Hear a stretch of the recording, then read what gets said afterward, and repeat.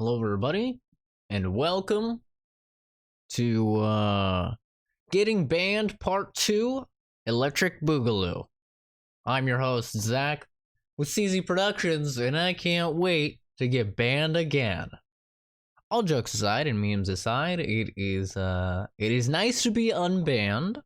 For those of you who somehow don't know, I have been reacting to all of the E3 press conferences. I reacted to the Ubisoft E3 2019 press conference, and lo and behold, for some reason, God knows why, apparently it was the automated system, according to Ubisoft. Every single YouTuber that reacted to that press conference lost their ability to live stream. No copyright strike, no community's guidelines strike, no privatizing or blocking of the video, no taking down of the video, just randomly taking away your ability to live stream. Very weird. But after 3 days, I managed to get unbanned, you could say. So it's nice to be back. After all of the hype has already gone from E3, after everybody has already seen all of the conferences, and after I have been trying so goddamn hard to not get spoiled for stuff. You know how hard it is when, you are in deep within the gaming community and the gaming news community to just not have spoilers for E3, the biggest gaming event all year. It's very difficult. I did my best to avoid spoilers for the Square Enix press conferences, which is what we're going to be reacting to today. And I mostly did a good job. Two things I like to, keep it up front with you guys so you know I'm not faking my reactions or anything like that. Two things that I had spoiled for me. One, they're showing the Avengers game. That is a thing. But we all already knew that was happening, so it's not really a spoiler to me.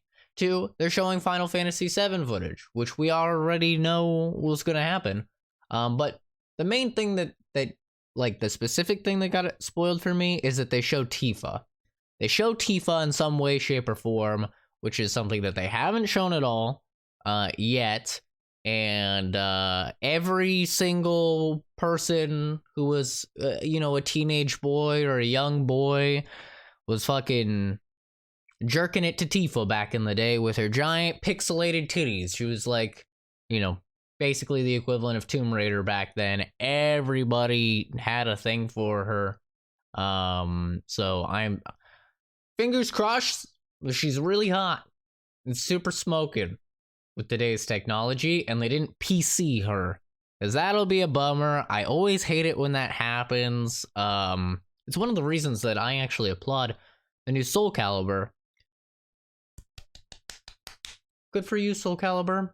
You had lewd chicks, and you stuck with lewd chicks. You didn't try and go Mortal Kombat on them and give them fucking burkas in order to appeal to the PC community, the SJWs. Good on you. Why is Scarlet somebody who gains her power from getting blood on her skin, all right? A bloodbender for all intents and purposes that gains power for her blood magic by blood from her foes on her skin, okay? Somebody who should be really exposed. It just makes sense in the lore. Wearing a fucking burqa, Netherrealm, huh? Why? It doesn't make any sense. I'll tell you why. Because everybody is so afraid to show a little titty. But nobody's afraid to show fucking 12-pack, pecked, ripped, veiny dudes out of their goddamn minds wearing fucking thongs and going to Bulge City. Double standards, okay? Bring back the titties. That's all I'm asking, okay? Anyway. Ranting aside, it's nice to be back. It's nice to be streaming. Like I said, after E3 is kind of like jump-starting the channel again. We're getting back into a lot more streaming. Well, maybe not a lot more streaming, but more streaming. Going from the 1 stream a week of Spooky Saturday to 2 or 3 streams a week. We're gonna start getting through these games, and guess what game's coming up? Final Fantasy VII Classic. I've never played it before. I'm gonna get into it. We're gonna do a full playthrough. Maybe. I don't know. I never finish games, but maybe. But first we gotta get through Borderlands. But anyway, let's just get into the reaction, everybody. It's good to be back. Square Enix. E3 2019. Gameplay footage captured on various platforms and at various stages of development, subject to change. Are they starting it off nice and spicy? Final Fantasy VII? They sure as shit are. That's a fucking Buster Sword. It's funny how much I know about Final Fantasy VII, but I've never played it. It just shows how instrumental that game is. Okay, I don't care about these fucking nerds, alright? If I want to see a fucking nerd, I'll just look in the mirror or in my cam. I don't care. Show me the fucking full screen. Congrats, waifu. Can't wait to get copyright strikes. Okay. I think her name is Aerith? Could be mispronouncing that.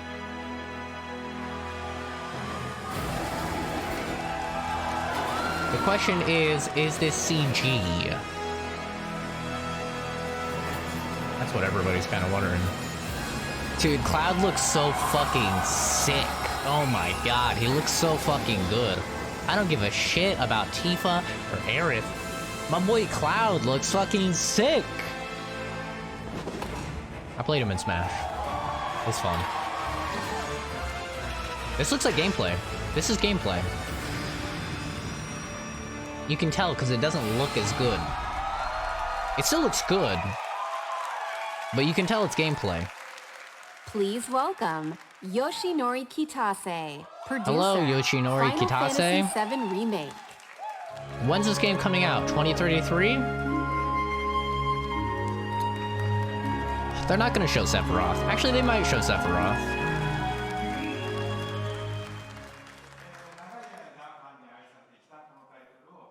Oh, real quick.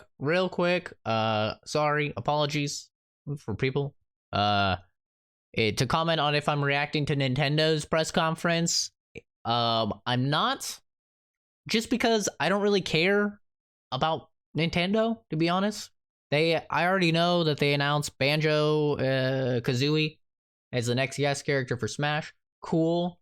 I don't care about Banjo-Kazooie at all. I never played any of his games. Actually, that's a lie. I played the 360 game where you like made carts. It was a really weird game. I don't think people like that game, but I did play it. But I don't really care. They announced Breath of the Wild 2, which I'm not happy about. I know that's weird. Breath of the Wild is one of the games that is actually on the list for me to play for the channel. People have requested it. And I will be playing it for the channel. But it's just weird to me. Somebody who's a bigger Zelda fan than me, I'm not really a Zelda fan. I've tried so hard to get into the series multiple times. I've tried streaming several of the games. I just never really got captured by any of the Zelda games that I've played. I've played Wind Waker. We put like 8 hours into Wind Waker on the channel. I played the hell out of Twilight Princess. I like Twilight Princess the most out of any of the ones I've played. I've played some of the classics. Never could get into it. I'm hoping Breath of the Wild is different and I can really get into it, but somebody can correct me if I'm wrong, but I have never heard of a Zelda game getting like a direct sequel. Because the beauty of the Zelda series is that you can, even if there's like a bad game, like a lot of people don't like Twilight Princess, for example. Even if there's a bad game or a game that people don't like, it doesn't really matter at all. Because the story of Zelda is that Link is like this mythical hero, basically, that is constantly like resurrected. And he's basically in like alternate realities or universes or however you want to picture it. And he's in this like endless struggle to save Zelda and defeat Ganondorf. Like that is the storyline of Zelda. And so it doesn't really matter if there's a bad game, because the next game is going to be a different universe, probably a different art style, and just like complete refresh. I've never heard of a Zelda game like getting a direct sequel where it's in the same universe. I've never heard of that. So they announced Breath of the Wild 2, which is a direct sequel to Breath of the Wild, which is in the same like art style and the same universe as Breath of the Wild 1, which is really weird to me. It's very weird, because I always loved, the thing that I loved about Zelda, just premise-wise, is the fact that every single game is like a fresh new take. I really like that, because it was like, okay, if I didn't like this game, I might like the next game, right? And that's why people have favorites, is because they like one art style or they like one gameplay, but they don't like the other. So it's really weird to me that Breath of the Wild 2 is the next Zelda game, instead of just like a fresh new Zelda game. It's just weird to me. Those are my thoughts on Nintendo's E3 conference. I don't have a Switch. I would get a Switch if it ever dropped in price. Ever. This thing is over 2 years old and it's still $300. It's ridiculous. All of the launch titles, Breath of the Wild is still like $60. It's ridiculous, man. Nothing for the Switch ever drops in price. It is just absurd. It's been years. 2 years after the PlayStation came out, you could get that thing like 50% off. And the Switch just doesn't drop in price at all. And for me personally, I don't want to spend $300 on a Switch. Like, that's just silly to me. It's just me, but $300 for a portable is a bit much for me personally, because I probably wouldn't play it that much, to be honest. But those are my thoughts on Nintendo. And then the only other thing I could think of to talk about regarding E3 other than this press conference is the Monster Hunter Iceborne reveal. They had like their own little conference for Monster Hunter Iceborne. I watched that off stream. Thoughts, because you guys know Monster Hunter World was my 2018 game of the year. It was my favorite game of that year. I think it was the best game to come out that year. My thoughts, cool. More Monster Hunter. It looks good. A lot of quality of life changes. I'm very happy. I just want to play it. It's coming in September. Those are my thoughts. Yeah. Anyway, back to Final Fantasy VII. The remakes got me in the mood to replay FF7. I'm going to be playing it for the first time on the channel soon. So I'm excited. 22年間の時を経てあのキャラクターたちが非常に美しく I'm curious how much stuff they're going to change in Final Fantasy VII. I'm very happy to be able to introduce this Remake. long-beloved title once again. After 22 years, the familiar characters we love have returned while becoming more beautiful and captivating than ever before. So they've stated multiple times that they're changing the storyline for the remake. They're changing things, not just the combat and the gameplay, but they're actually changing story elements. So I'll be very interested to see how much they change it. We thank you for your support and patience over these years, and we look forward to embarking on this journey together. Hopefully you'll be more patient, because it's coming out in 6 more years. Thanks for waiting 5 years. Wait another 5. And then you'll get a demo. I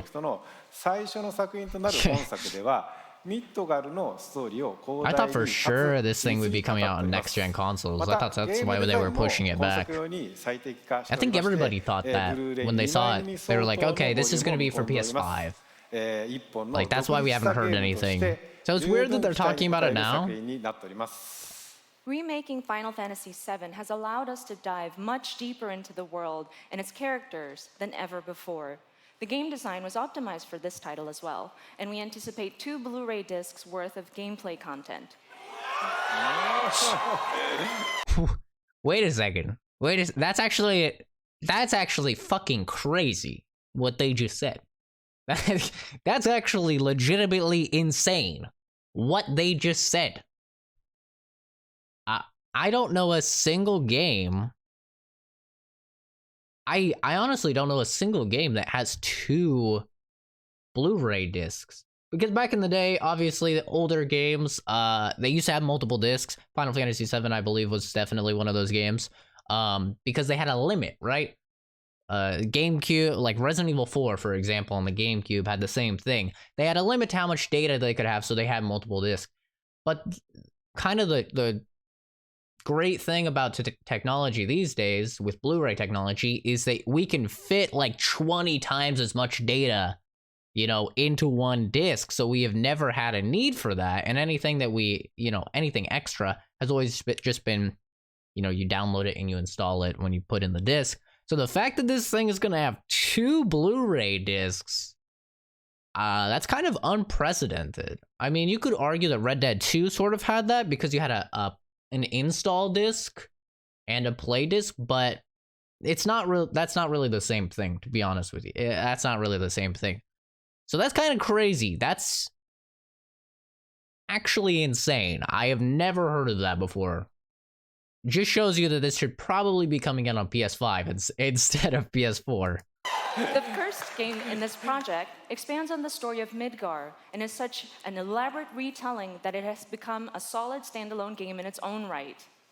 Yeah, so they're releasing it in parts. What they've said,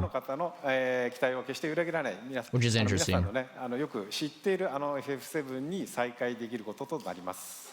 Through the content we are about to unveil today, and through all that we have yet to unveil, hopefully there's no we spoilers. will not disappoint your expectations.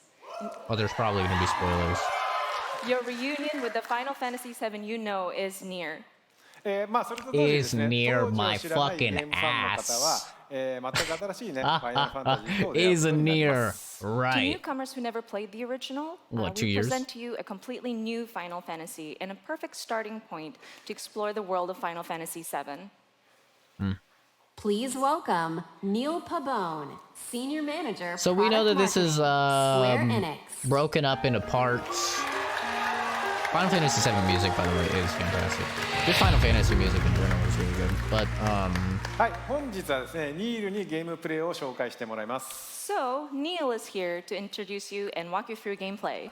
ooh, gameplay. Thank you, Katase-san. We've seen gameplay in trailers, but we've All never right, seen everyone. like Let's mosey. gameplay. Final Fantasy VII Remake features a hybrid gameplay system that merges real-time action with strategic command-based combat. For starters, So, each is it press like of the Final square Fantasy button is a swing of 13? Cloud's Buster Sword. Cloud attacks, Oh. dodges, and blocks all in real time.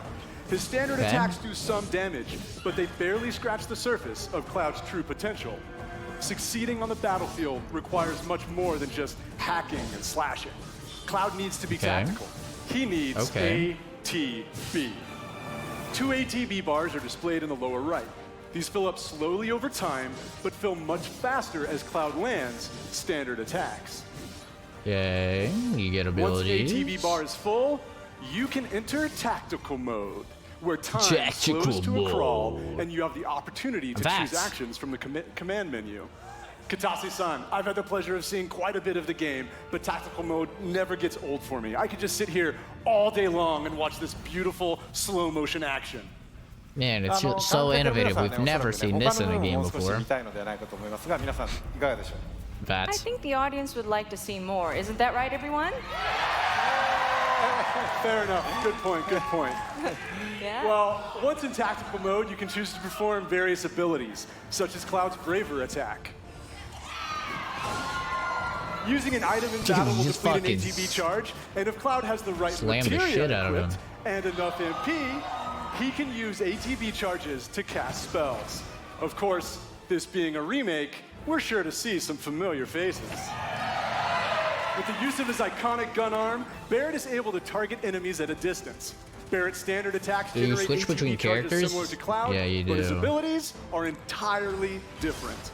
Switching between characters in combat is done with a single button press, which makes rotating through party members a snap. Speaking of other party members, Katase-san, when are we going to see Tifa in action? right now. Right fucking now. Soon, soon. All right.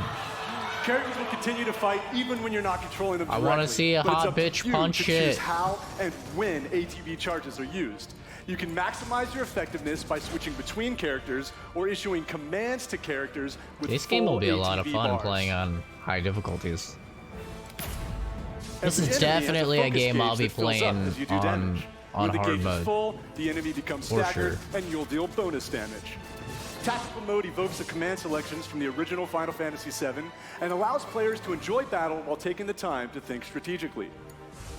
For players cool who that they're prefer not just, like- fast-paced action, abilities and spells can be bound to shortcuts for immediate execution. That's cool. Shortcuts make Quality of combat life. extremely dynamic, but the choice of using them is entirely up to you. It's Right, interesting Natasha-san? that they didn't. Jose, I don't. The reason I'm pausing because I don't want to talk over stuff, but I do want to talk. Because I'm actually very interested in seeing and hearing this stuff, so I want to just pause whenever I want to talk. I don't want to talk over it. But it's really interesting that they decided to just not completely negate the tactical system. Like a lot of people were saying like, oh, they're gonna completely get rid of any sort of tactical combat. It's just gonna be like a slasher like Final Fantasy 15.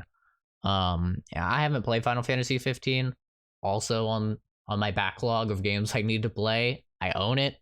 I bought it. I have the PC version. Just haven't played it.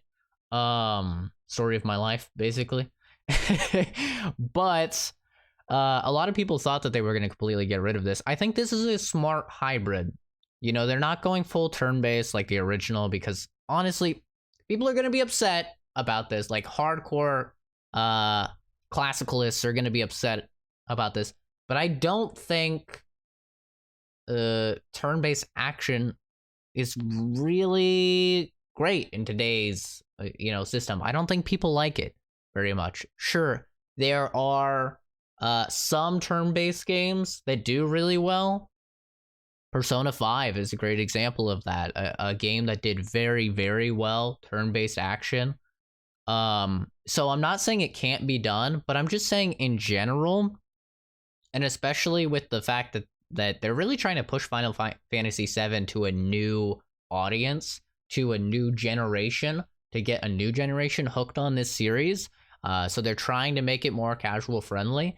I don't think that just going full turn-based would be a smart choice. I wouldn't be against it. I'd still play the game if it was full turn-based, but I think that this is a smart, really smart way to incorporate some of the tactical, elements from the original with the abilities and the items and the turn-based action, but also giving it a little bit of a spin, keeping it modern. I think it's smart. Seems like a good battle system. Just VATS. It's literally just VATS. Use your action points, though. It is even called, something similar, ATB. You're using your action points. Don't like Final Fantasy 15 combat style. Bring back old school combat. You see, I disagree. I disagree. Whereas I haven't played Final Fantasy 15, I did play Final Fantasy 13, and say what you will about Final Fantasy 13 and the story with Lightning. Lightning is a babe. I played quite a bit of Final Fantasy 13, and I actually really enjoyed the gameplay, and that does have some tactical elements as well, but I really like the gameplay. I'm not the biggest fan of turn-based stuff, though. 楽しめるゲームになっておりますので、ぜひご期待ください。 That's right. The game has been made so that you can choose how to play. I hope players get excited about this. Well, They sound that's a kind of brief exciting. introduction to combat in Final Fantasy VII Remake, and we look forward to showing you a whole lot Final more Fantasy in the 15 coming months. is kind of poo-poo. For now, let's see how Turn-based Cloud and combat Barrett do RPGs. against the Yeah. more formidable foe.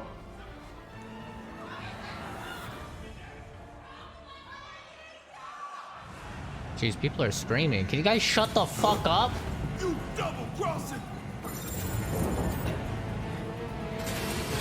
Heads up. See, this is sort of one of those things where... Okay, Scorpion boss from Final Fantasy VII. It's got reinforced armor plating. The internals can be overloaded. Lightning magic. No other option, huh? This is sort of one of those things where people were wondering, like, oh, are they going to show spoilers for Final Fantasy VII? you know, because there's so many people that haven't played it, and abso-fucking-lutely they are. Like, honestly, I said this last time I talked about Final Fantasy VII on stream. You can't complain that they're spoiling a 20-year-old game for you. Like, you can't. If you don't know the storyline and the beats for Final Fantasy VII, don't watch anything on Final Fantasy VII Remake. Don't watch me because I know the storyline of it. I'm, you know, possibly gonna spoil stuff. I've spoiled stuff in the past for it. It's a 20-year-old game, right? Spoiler, like, etiquette is over for it. They're absolutely gonna show stuff. So what's your brilliant plan, genius? Yeah, so there's definitely like mechanics, which I really like. There's legitimate mechanics to the fights. At least to the boss fights.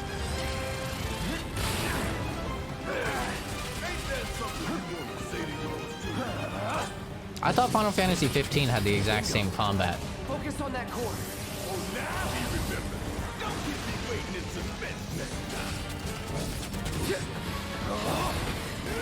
I can't wait to get fucking owned when I play the classic. I can't wait to get fucking demolished.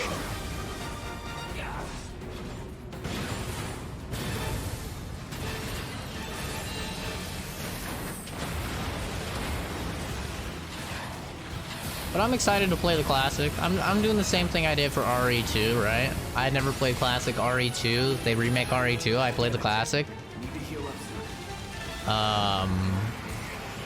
And it gave me a... You don't want to be hit by that laser.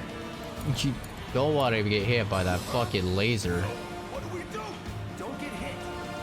Take cover behind that debris. Thank you, Cloud. Thanks, Koichi. Strike now before it fires again. Cloud, Koichi confirmed. I'm seeing a lot of, like, blocked. But it doesn't look like they're blocking. I wonder if that's a skill. Oh, it's probably the skill. Steel skin skill. That's hard to say. 13's a weird hybrid. Oh, okay. Yeah, it does have a little bit of hybrid stuff. But it's more like...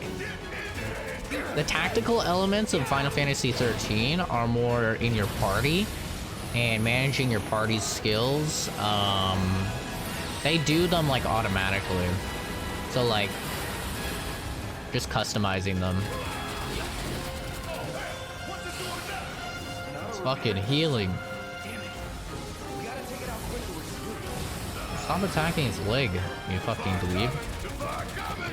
Why are you focusing on the leg?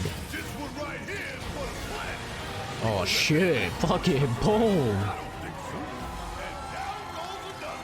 I don't know if there's just like no low game audio or something, but like a lot of this stuff does not sound very punchy.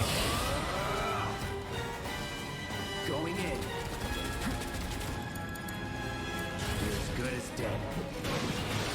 Oh, fuck yeah. Cross-slash, bitch. Dude, Omni Slash is gonna look fucking sick.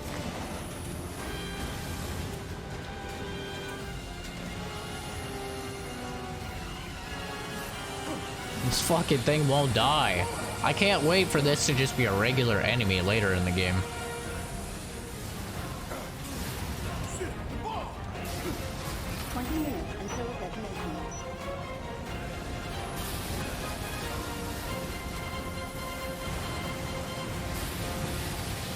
Gambit's right? That was a feature you remember from 12. Honestly, I don't remember exactly what it was called, but like... Damn thing showed you how it's done. Certain classes, their abilities would trigger other classes, so you wanted like a dynamic of different classes in your party for 13. Please welcome Tetsuya Nomura, director, Final Fantasy VII Remake. It looks good. I'm happy to see gameplay finally. I mean, I don't really care too much about the gameplay of Final Fantasy VII. The reason this game is so legendary is because of the story. It is an absolute honor to have you here. Katase-san, how do you feel working with Nomura-san once again on Final Fantasy VII Remake? はい、彼とはですね、原作の FF7 以降、Dude, 何 look at 作もね、 his 一緒にね、その後も shoes. 仕事は Look し at て the るん guy in で the すけども、 short 今作 shoes. のようにね、再びね、 He has ディレ clown クション、キャラク shoes. ターデザイナー、そしてね、ストーリーとね、 This が guy っ is つり組む fucking の the はまた biggest 久しぶ feet りなので、 ever. 22年前と全く変わらない熱量でね、今作でも取り組んでいる姿を見てね、私も正直ね、喜んでいます。 My God. Since the original What are Final those? Fantasy VII, I've worked with him on many titles, but it has been a while since we've actually had him work so heavily on a project like this, from the direction to character design to the story. And I'm really happy to see him working on this title with the same passion that he had 22 years ago. He's dressing like a Kingdom Hearts 野村 character. さん、コメントどうぞ。はい、今まで結構長い間お待たせしましたが、ずっと応援してくださっているファンの皆様、本当にありがとうございました。 Japanese dress sense. そしてですね、皆さん今日初めて、プレイ画面を結構長めに見たと思いますが、おそらく想像してたものとは少し違ったんじゃないかなと、思っております。 One thing I'll say to comment on another conference. The Monster Hunter Iceborne had the best translator I've ever seen in my entire life. I encourage looking at that E3 conference just to see that translator, dude. He's insane. Like, the translator there, like, you can see that this girl, she's taking notes, and, like, you know, that makes sense. She's a regular person. She's gonna take notes so she knows, like, what to say. This guy, he had no notes. He would let the Japanese developers, like both of them, like just talk. They'd be talking for like 2, 3, 4 minutes, like entire paragraphs. And then this guy would just repeat every single word that they said. Like just every single word translated that they said. It was remarkable, dude. I was like stunned by this guy. Like they were showing cool shit on the screen, but I was like, oh my God, this guy is another level. He's got to be the best translator I've ever seen in my life. The dude was a fucking, like, he was a super genius. I'm not even kidding. It was incredible. Sorry, random, but I just had to give the dude a little bigger credit because holy shit, the guy was insane. You could tell, like, he was extremely fluent, just overly proficient in both Japanese and English, because this guy was just, like, not even nervous, just casually fucking listening to like 5 minutes of two people talking back and forth and then just saying everything that they said. It was crazy. So first and foremost, we wanted to extend our gratitude to those who have been waiting so patiently and have been supporting us for such a long time until now. And also, we've taken a look at gameplay right now, and we've fairly showed you a good bit. でですね、まあそういうわけなので、皆さんぜひ Hopefully you guys will be more patient as you wait 5 more years for this video game. But don't worry, you'll be able to pick it up on PlayStation 6. Do you guys want to actually play the game? No, I'm good. That's so. I just like watching the trailers. Are they gonna announce an announce date? Or a release date, I mean? That'd kind of be huge. That would be huge. So we actually have playable demo kiosks available at the I Square don't give a Enix shit about E3 that. booth. So I hope you have the opportunity to try it out. No release date, of course.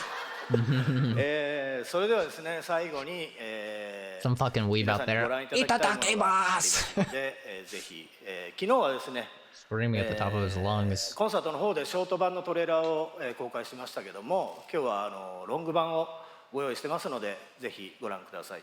So finally, there is something that we wanted to show you. Yesterday, we showed Tifa? you a short version of a trailer at the Final Fantasy VII concert. But today we have a longer version. Tifa. Tifa. お願いします。 All right, please take a look. She better have big old titties. Big old titties. Don't PSCify the game, please. I'm gonna be quiet. 'Cause I haven't seen this.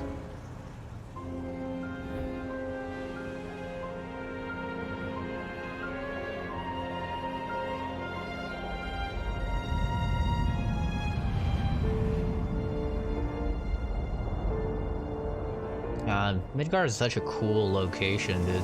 I'm excited.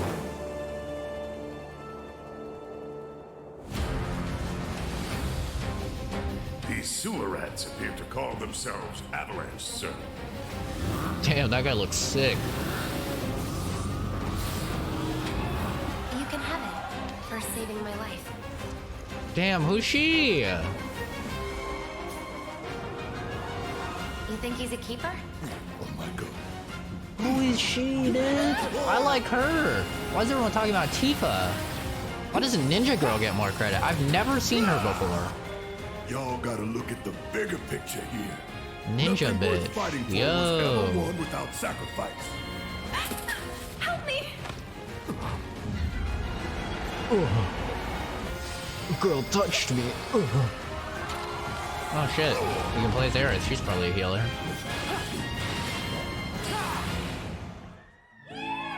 Oh, there we go. Well, her outfit's the same. Okay. You've been a good girl. Okay, she's still hot. I heard you're having second thoughts. Okay, guys, shut the I know fuck we up. have to think big if we're going to make a difference. But not like this. People are crying. I feel trapped. She looks good. Her titties are realistically big. They're not like fucking anime big. My turn. I'm gonna punch it.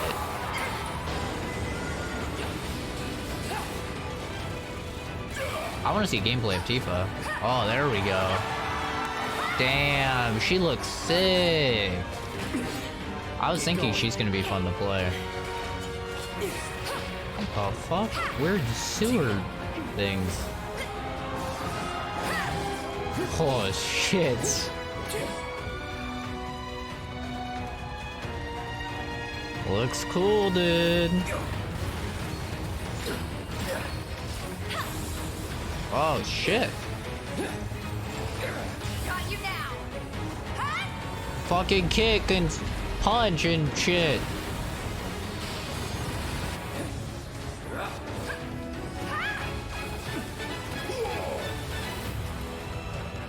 Oh. Shut up, audience. Clown. I have a favor to ask of you. Run away. He looks a little strange. You have to live. You bastard! There's something about his face that's a little off. I'm gonna rewind. There's something about his face. I don't know if it's just early. There's something about his face that's a little bit off compared to the other characters. Like look. What is it? There's something about his face that's like a little bit off.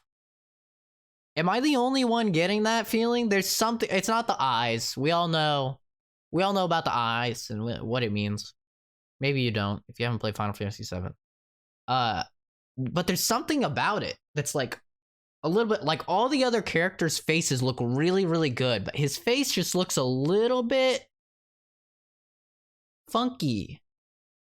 And I don't know what it is. Maybe somebody it's like an artist, like Waifu. Maybe you could tell me what it is. But I think this is why they haven't really shown much Sephiroth, is because I don't think he's ready yet. Maybe I'm wrong. Maybe this is like what he'll look like finished, but his face just looks a little bit weird. Like texture is missing or something compared to the other characters. Like it's like an early rendition of the face. Something about it is just a little bit off, and I don't know what it is. But you can tell like the moment that I saw him, I was like, wait a second. Something about your face looks really fucking weird compared to the other characters. Like all the other characters, like technical marvels. Well, maybe not that far, but they look really good. But something about his face is just weird. I don't know. You can really tell it when it's in motion. I mean, it looks a little bit weird when it's freeze framed, but like in motion, like you can really tell. Like watch it again in motion. You're not real. You're... Clown, I have a favor to ask of you. Run away. He looked good in that shot. You have to live. You bastard! Yeah! He looked good in the far away shot. I don't know how to frame by frame these. Like this, he looks fine. When it's nice and far away, he looks good. He looks fine. But like when they do the close-ups on the face. Ask of you. Run away. When Cloud is jumping at him, he looks even worse. I'll try and freeze frame it. You bastard! Right here? Ugh, look at that. Look at that face, dude. Like there's something really bad about it. Looks really bad in this shot. Oh my god. Look at his eyes. They look so dead. He has like dead like PS2 eyes. I don't know what it is. Like this frame is really bad. Okay, this shot is really, really bad, but there's just something off about his face. Like from far away, his face looks good, but when the camera gets even remotely close to his face, things get a little funk balls. Like this shot is really bad. I don't know. They need to do something. I don't know what. I'm just gonna say the reason they haven't shown much Sephiroth is because he's not done yet. And this is probably just me being optimistic, but like they're still working on him. Cause there's something about him looks off compared to the other characters. And like I said, I know the big twist, okay? I know the big twist about Sephiroth. But in Final Fantasy VII, the original, he still looks normal. I'm trying to not spoil things. It's so hard to talk about a 20-year-old game without spoiling things. Thought that as well. It looks a little wonky. Can't tell what's wrong, but his face is really throwing you off. Yeah, something about it. It's not that it's an inhuman look. He looks human in the original. I mean, the graphics are bad, obviously, in the original, but he still looks human. He's kind of uggo now. Yeah, there's just something about him that is like... He in the original, he's like this really handsome devil. He's a handsome devil. In Final Fantasy VII. He's not handsome in this game. Like, he should be. He's got the, sexy anime long hair. But his face, his actual face, there's just something off about it. There's just something weird. And I don't know what it is. I'm not an artist. I can't tell you what it is. I mean, in this shot, it's the eyes. The eyes look just awful in this shot. It doesn't look like he's looking at anything. It looks like his eyes are looking two different ways. Like, I don't know. But he always looked like that. I don't think he did. Like, not in the actual like cutscenes of Final Fantasy VII, the original. I mean, all the characters look a little wonky in original Final Fantasy VII, sure, because the graphics are terrible. But I don't know, man. Hold on to that hatred. I like his voice though. His voice is really good. But like Cloud looks so much better than him. All the characters look so much better. Oh, 0303 2020. Can't wait for that to get pushed back. Okay. So March 3rd. Cool. Oh, he looks really good there. Oh, well. I lost it. He looked really good on the case art. It's a little bit further away, but like, he looks really good there.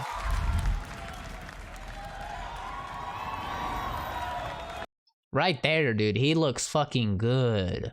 Like, this is what he should look like. His face, I know it's smaller, but like, he looks a lot better there. I'm just pretty sure it's just early. Like, it's just a little bit too early. This game is far away, dude. Like, March 3rd, that's a long ways away, right? That's what, 8 months? It's a good bit away. So, yeah, I wouldn't be worried about it, honestly. I'm sure it'll be fixed. But it's just right now, you have to call it out, but he looks really good on the cover art. Welfare Griffith. It's a PS4 exclusive? Yeah.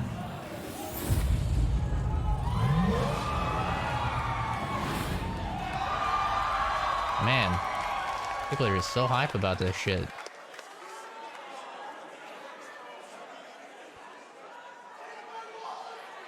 Take my wallet.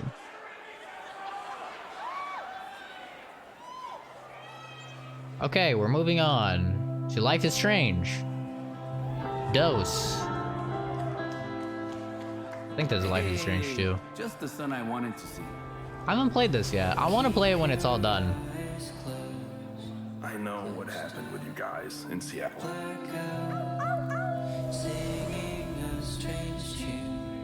How do you feel? With us misfits. Come on! Gotcha! Our latest emotional journey. Is this a new game? Oh my gosh. Life is Strange 2 isn't even over yet.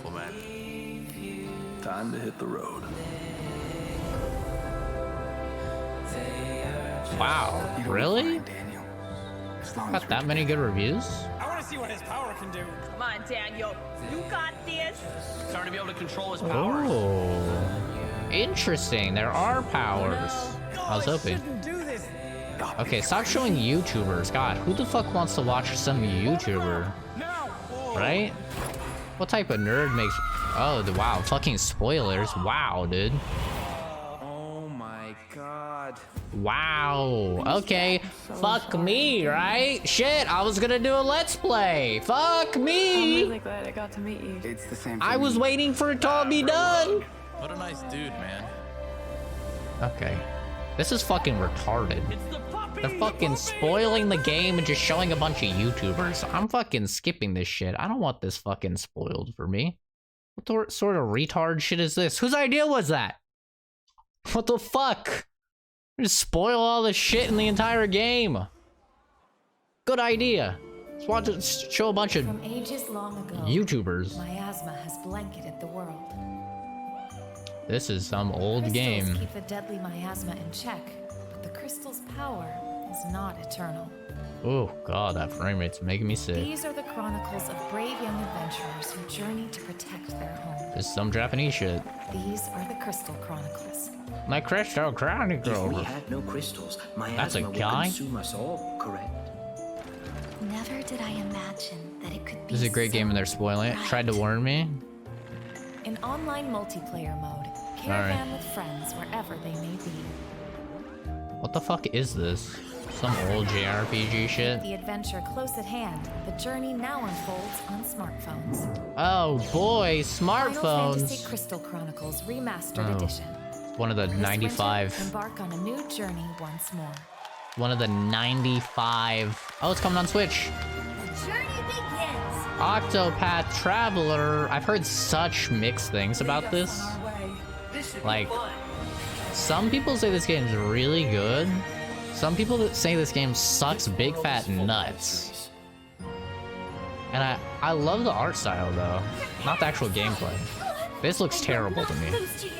I like the art, like this art is really good. I really like that style. But this like sort of 16-bit looks like fucking booty to me. This will settle things. My blade protects those in need. And I'm not really like a graphics type of person. Like if it has a good enough story, I'll play it regardless.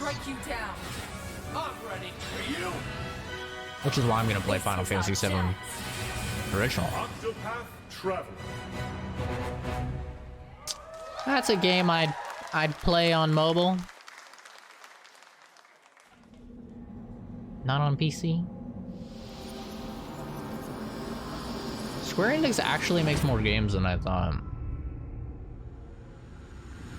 Is this Code Vein? No. No, it is not. I don't think they make Code Vein. I don't know who makes Code Vein. I want to see more of that game though.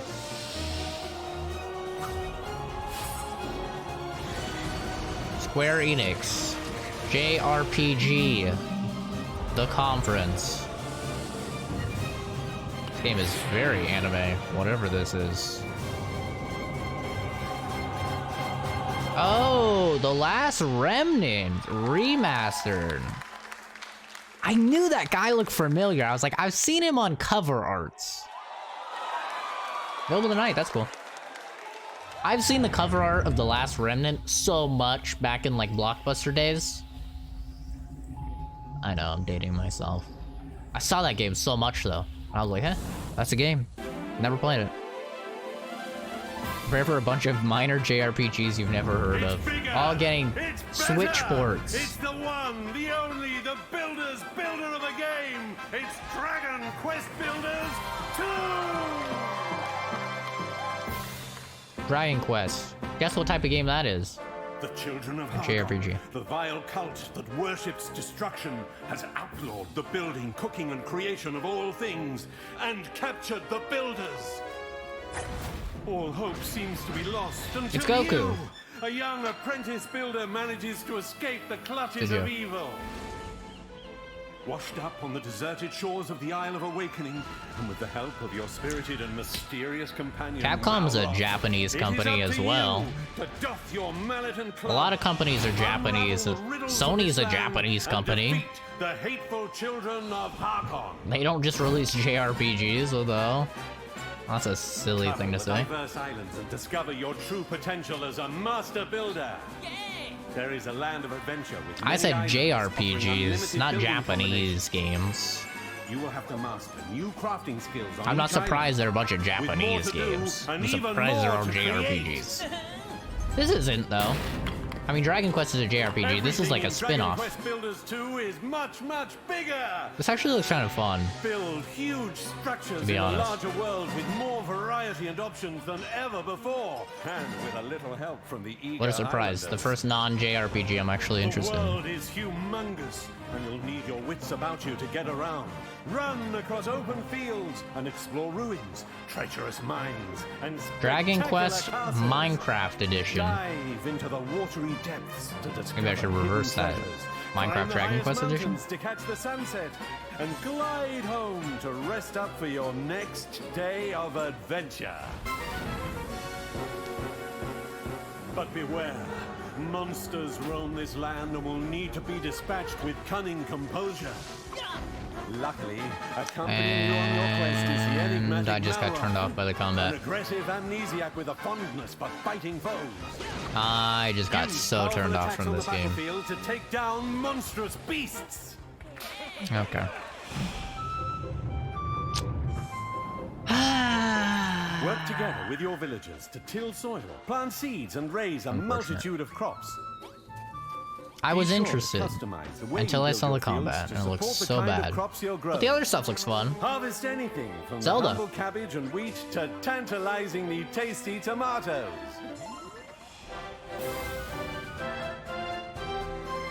Big projects require big help. You and 3 friends can team up online to build anything you can imagine. Let your creativity What an original run concept wild. that I've never seen in a video game Minecraft. The only limit is your imagination. Why is he actually Goku? So call on your friends and It looks build like they your made the fate character. together. They probably made Goku. Dragon Quest soundtrack is so good. That's one thing I will say about JRPGs. They got some great soundtracks. Children of Hargon. God, stop showing the gameplay or the combat.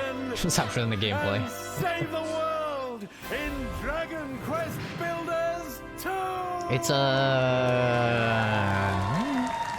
I mean, if that's like your type of game,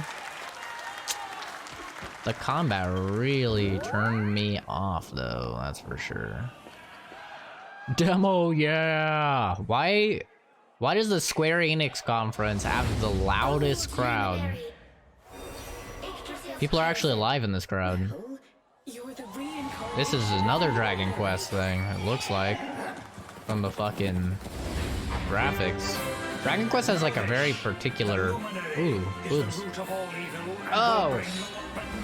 Oh, you're right. This is the one where you can switch between classic. Blackwell was telling me about this. That's neat. Let's do this. That's cool. I believe in you. I believe in the Luminary.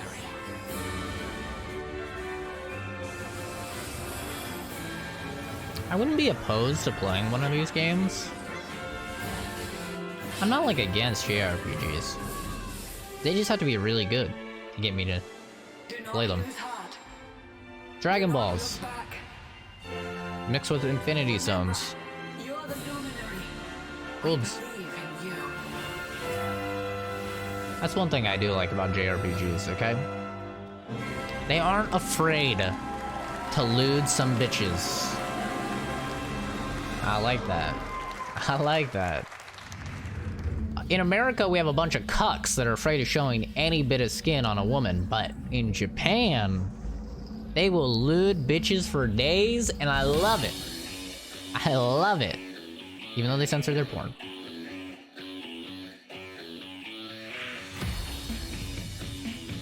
Oh yeah, Square Enix makes Hitman as well. Wonder if we'll see anything. Gosha. Never heard of it. The Turing test I have heard pretty good things about. Never heard of this. Never heard of this. Have this. Played it. It's actually pretty good.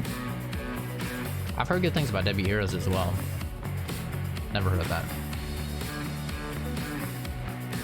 That's an interesting art style. Never heard of it though. Whoa, that game looks cool. What game is that? That game looks like a really cool art style. What was that called? Forgotten Anne. Yo, that game looks kind of sick by the 2 seconds of it that I just witnessed. Square Enix makes Battalion? Oh. That's like a World War II Counter-Strike. A lot of streamers have been playing it. Crowd's been playing a ton of it. Driving game. Hello everyone, this is Carolina. Alberto, I'm Carlos Mastreta.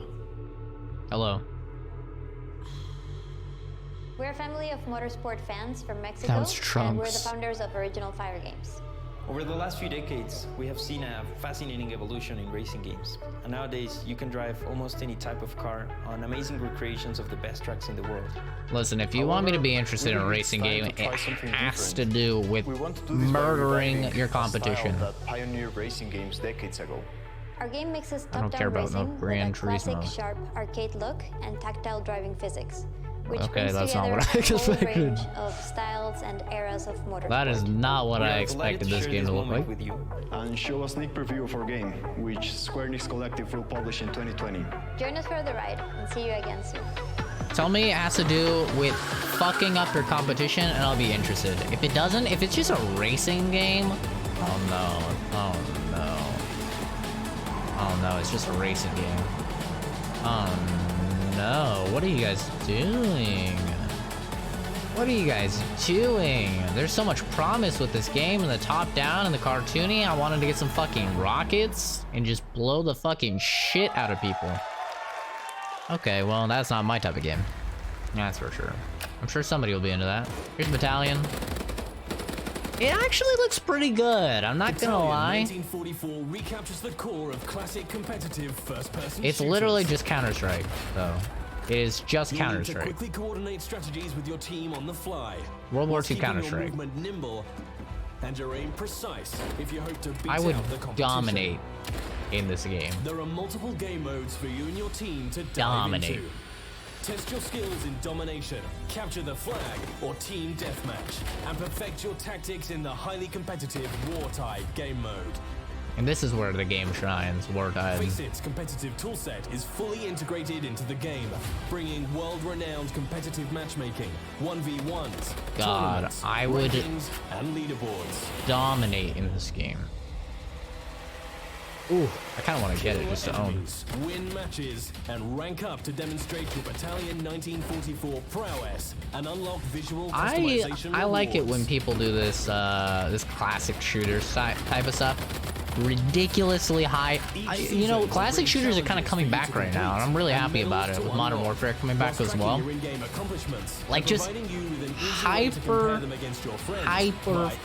fast time to kill. So aim is everything. Angles are everything. Movement is everything. My favorite type of shooter, man. Counter-Strike is just... Counter-Strike is the perfect shooter. Like, there's nothing that can top Counter-Strike. It is the best first-person shooter ever made, and that will ever be made, to be honest. And I'm happy with all these games, like, going more towards that type of gameplay.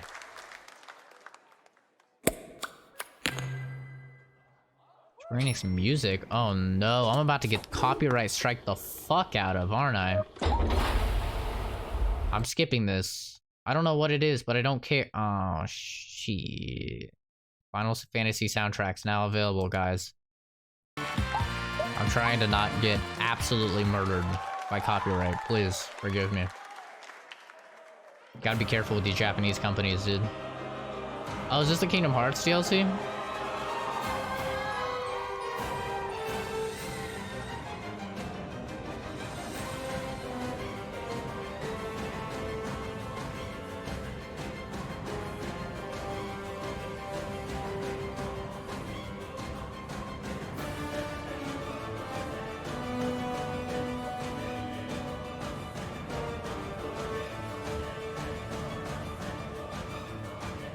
It kind of makes me sad that so many people did not like Kingdom Hearts 3. Because, like, I didn't really care about it. Because I hated the first game. But, like, I wanted it to be good for those people that had been so excited for it.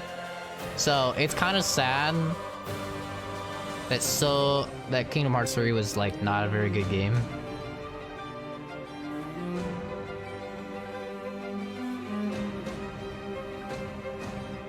But I'm kind of happy I wasn't invested in it. Who's this cuck, dude? He's the biggest fuckboy I've ever seen in my life. These can't be real quick characters. These look like some fucking created characters.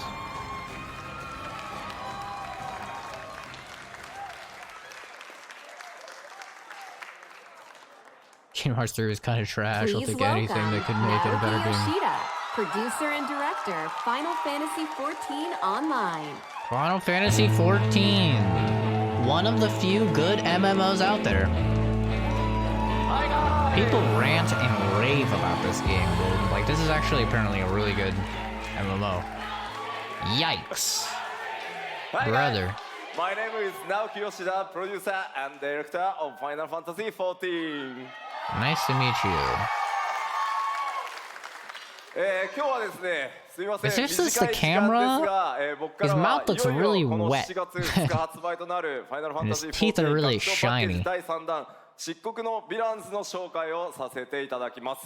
think it's just bad lighting. Of your time to show off Shadowbringers Final Fantasy XIV's third expansion pack, which is releasing on July the 2nd. Man, dude. 2013年に新生オルゼアレルムリボーンが発売されてから、6年が経ちました。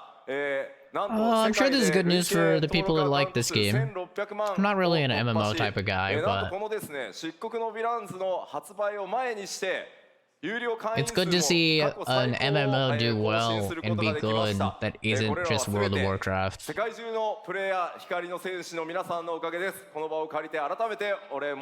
needs to stop taking so long with development. Since the release of A Realm Reborn in 2013, and over the years we have surpassed 16 million total registered users. Plus, we have reached the highest number of active subscribers in history, in its history, before the launch of Shadowbringers. This is all thanks to our players, our warriors of light. Wow. Our warriors of light. このシャドーブリンガーズではですね、拡張パッケージにとどまらない新作 RPG 1本分のボリュームとそしてゲーム体験をお届けしたいと思います。Video gamers. We view Shadowbringers as more than a simple expansion pack, but as a new game filled with volume and gameplay experiences that are comparable to a brand new standalone RPG title. また新ジョブであるガンブレーカー、それから踊り子、新種族のロスガルとビエラなど、これからファイナルファンタジー14を始める皆さんにも多数の新規の要素が用意されています。And there's so many new elements in the game for those who have yet to play Final Fantasy XIV, including 2 new jobs, the Gunbreaker and the Dancer, as well as 2 new playable races, the Frothgar and the Viera. Man, sounds like a bunch of nonsense. Frothgar and Lavira. Are jobs what they call classes?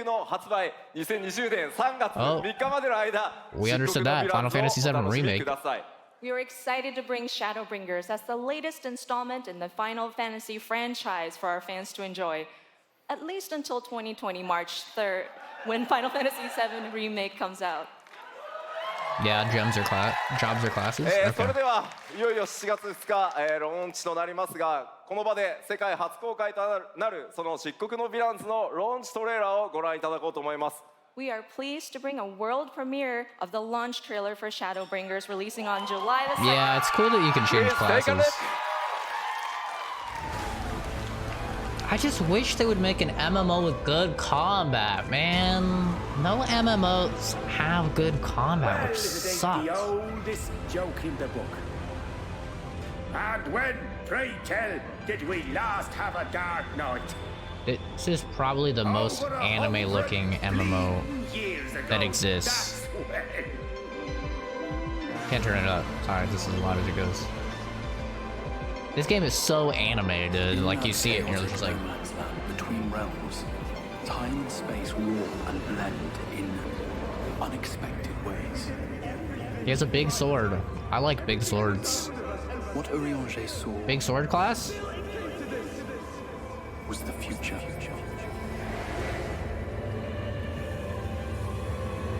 Shadowbringers.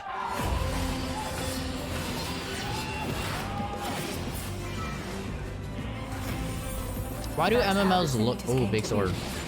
They were once living creatures. Show me big sword gameplay. That were caught in the path of the flood. And you might get me into it. Once the change is wrought, there is no going. He's like, no, please, what the fuck? Across time and space, a voice beckons, the warrior of light. The eternal light of these creatures has confounded us for nigh on 100 years. Enemy design's really cool. For each we have put down, another has risen up in its place. Born of the big sword. Self-same ether, relinquished by its predecessor. His sword needs to be bigger. To a land consumed by primordial light, the first. That's really weird design. That's Volthree. Whoa, what is that thing? Jabba? Sin Eaters are part of Yulmor's society.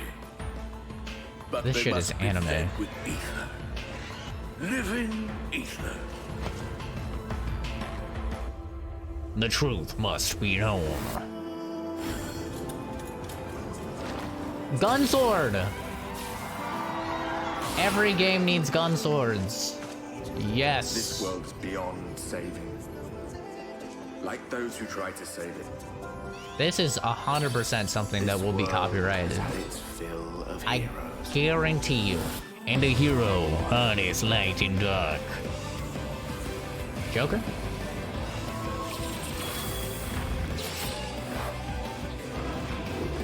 Dude, the combat in this game looks cool, like from these cinematic camera angles. But I guarantee you play it and it's just like press a button. And cast spell. Everything we did.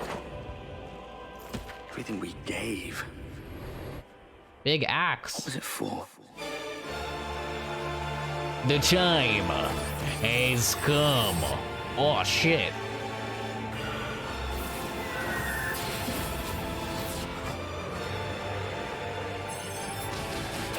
It's funny watching these trailers as somebody that has no fucking idea. To shatter the tyranny of fuck. I missed the last word. Darkness, maybe?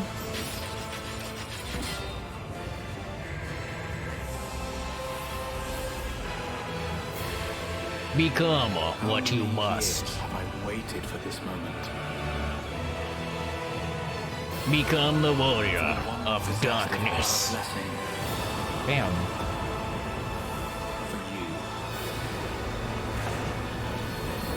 I hear this game actually has a pretty decent story too. Through yeah. prayer and sacrifice, the will of the star was made manifest. I'm sorry, I can only assume I misheard, but it sounded an awful lot like you were implying both Zodiac and Hydaelyn are not gods, but... They are gods after a fashion, yes. The eldest and most powerful of primals. Oh my god, that might mean something to me if I knew anything about any of this. Man, that was anime. We met up Final Fantasy 14. Yeah, people have been telling me to like try Final Fantasy 14 for years, dude. It's a fucking god boy. Dying Light 2. Squeenix makes Dying Light 2. Okay, everybody shut the fuck up. Shut the fuck up. Enough about anime's dumb shit.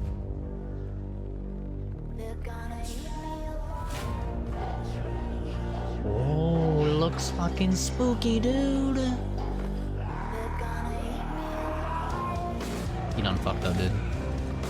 Apparently they showed 10 minutes of gameplay, which we will 100% be watching after this. 100%. Oh, dude. Oh, fuck.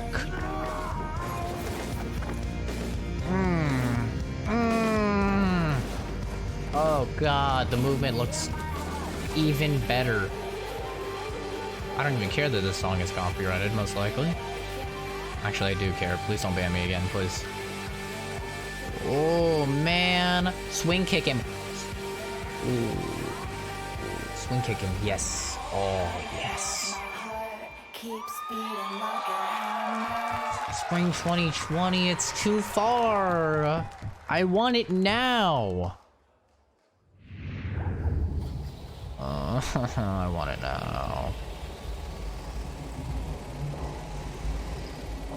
Dude, Dying Light 2 is probably going to be my game of the year for 2020. I'm gonna be honest with you guys. I'll be 100% honest with you guys. Even with like Last of Us 2. More JRPG stuff. I can read chat now. Oh, anyway. It's a fucking gunblade, it's not a gun sword. Jesus, you nerd.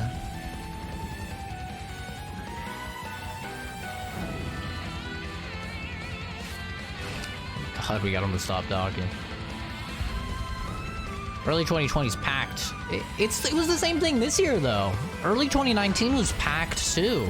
Uh-oh, we're dropping frames. Uh-oh. Are we good? Are we dropping frames? Looks like we're Gucci, maybe.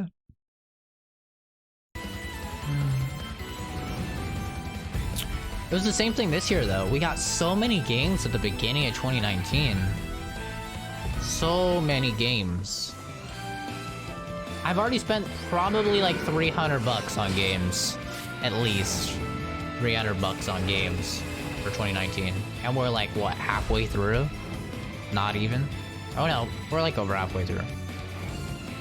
I think, yeah. We're like halfway through, I already spent like $300. There's so many games coming out. Last of Us will 100% be dropped around April, May as well. Yeah, probably. I don't know if it'll be as late as April or May. I could see like a February for Last of Us 2. Easily. Because it was supposed to come out this year, but they delayed it. Apparently. Allegedly. No confirmation. Could still come out this year. We don't know.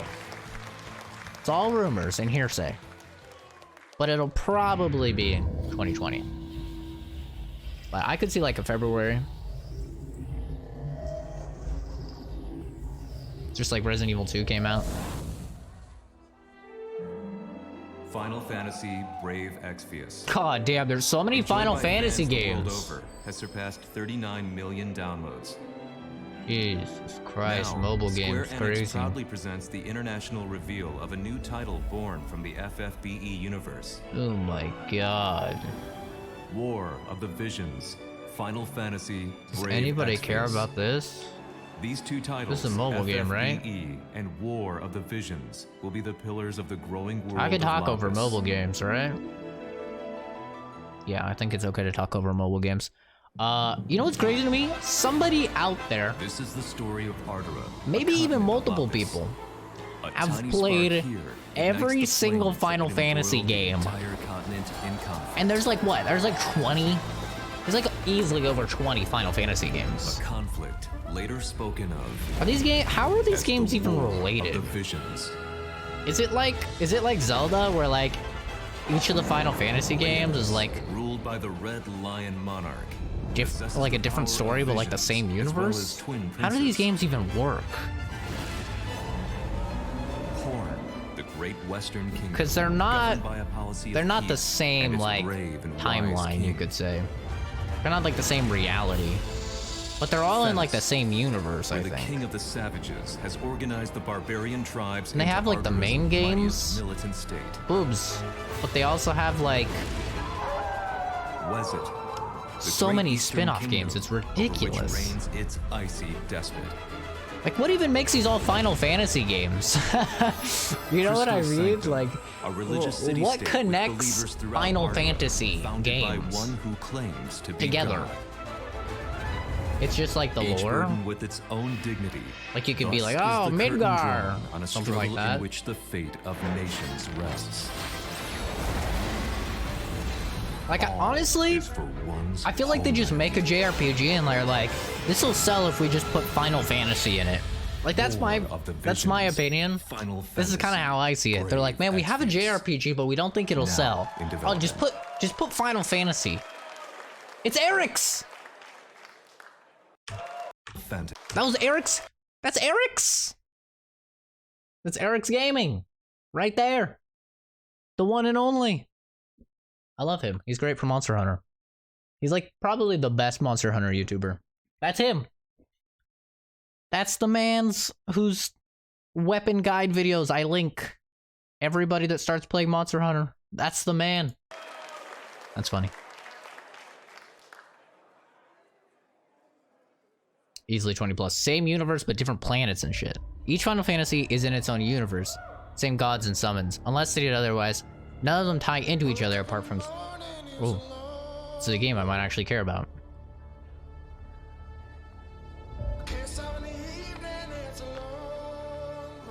Copyrighted music. Not actual gameplay footage, so none of this means anything. CGI. Post-apocalyptic something, that's for sure.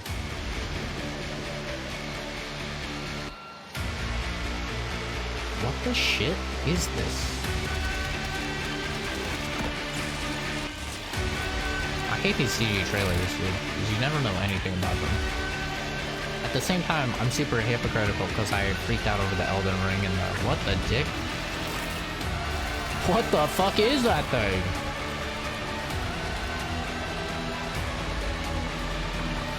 Damn. What the fuck is this? Outriders. I mean, it's so hard to say anything about these games.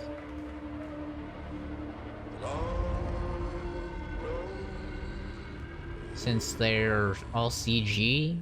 Like, new IP, summer 2020. That's actually, like, not that far. A year away and no gameplay or anything? What is that? Okay, well, guess we will know. Some of the enemy design was cool. Welcome Sebastian Wojciechowski, studio head. Oh, People they're actually Can going to talk Fly. about it. They're actually going to tell us what this video game is. It's coming out in a year. Shouldn't they have gameplay to show? You know? All right. It's not like it's that far. Ladies and gentlemen, I'm Sebastian Wojciechowski, studio head at People Can Fly, the studio behind Bulletstorm and Gears of War Judgment. Oh, Okay. Yeah, any Bulletstorm fans? Bulletstorm. Okay. Right. Wow, let me tell you, it feels great to be here and feels amazing to be able to finally announce Outriders. Can you show gameplay? Bulletstorm, man. I'd like to thank the team at People Can Fly. You guys are amazing, and I know that some of you are watching this live, even though it's 4 a.m. in the morning in Poland, so... 4 a.m. in the morning. Make a noise for them, please. Make a noise. Make a noise. It doesn't matter what. Thank you. And of course, Square Enix for the help and support as we work together on this exciting new IP. You know, over the past few years, People Can Fly has grown to over 200 developers and 4 studios across Poland, the UK, and most recently the US, to bring you what is our most ambitious shooter to date. Shooter? To present more... Me like? To present more of our vision, I would like to take this moment to introduce a short video from our game director, Bartek Mita. Are you going to show thanks gameplay? a lot. More on Outriders this winter. Thank you. This winter. What the fuck is this winter? Just at least tell me what this game is. A looter shooter? It's like Bulletstorm, I don't even know how... Arcade shooter? I don't know how to describe Bulletstorm. It's our passion. And it's what we do. It's quiet. Outriders draws on all our experience from all our previous titles. Okay. What is it? It's a game we wanted to make for a very long time. You're saying a whole lot of nothing right now. We describe Outriders as a dark, modern shooter built with traditional values. What does that mean? I mean, we are creating an experience with a strong story that you can enjoy with your friends or on your own. Oh. We want to tell a complete story. There was something there. We are confident with a strong Is this story. third person? By that, it was third. I mean, there was gameplay. We are creating an experience with a strong story that you can enjoy with your friends or on there's your gameplay. own. It's third person.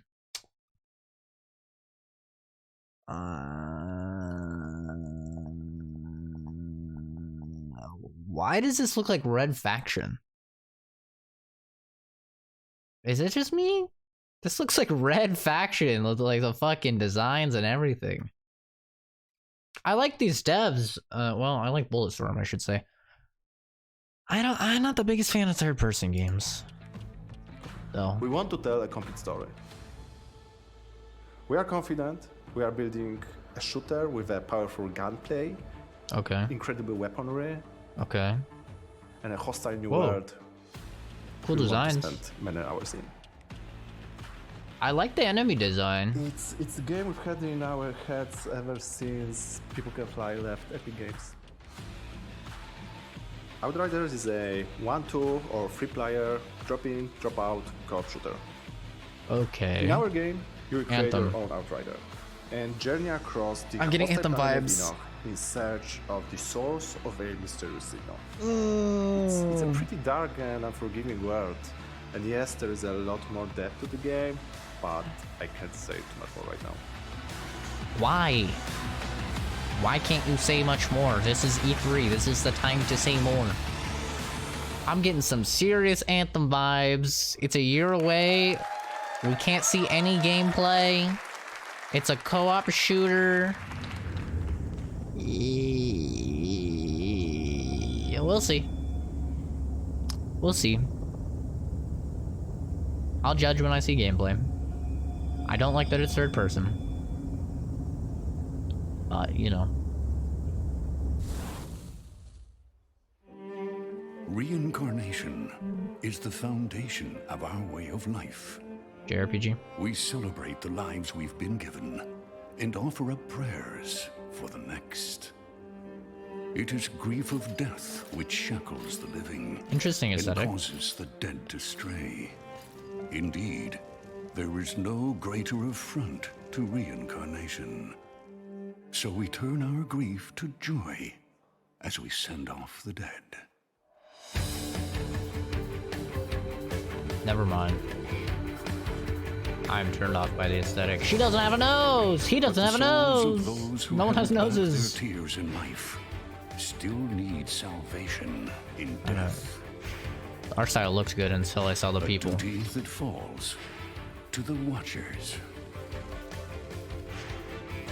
The Watchers sever the bonds that tie the lost to this world. Definitely JRPG. Scythe! I like Scythe! Oh. They navigate the emotions of the living and the dead. Okay. They prize life. Any interest I had is now dead. Why don't these games ever have good combat? Why does the combat always have to look like shit? This is the story. That could have been so cool. Watcher.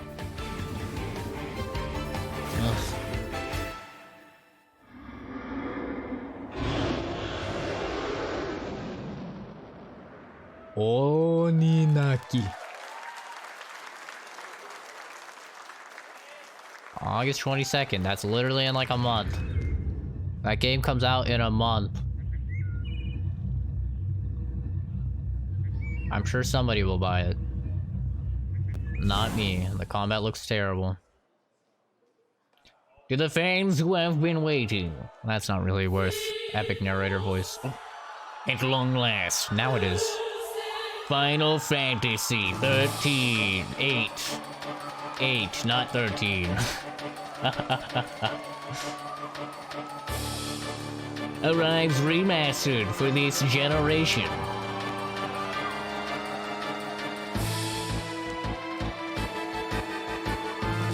V equals 5, not 10.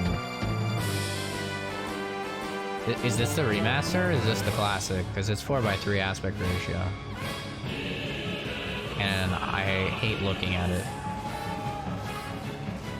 This is the classic, right? This isn't the remaster, right? Man. Can you imagine being the next Final Fantasy game after Final Fantasy VII? That'd fucking suck. Even if you're like a decent game, you're still gonna suck because people are gonna be comparing you to Final Fantasy VII.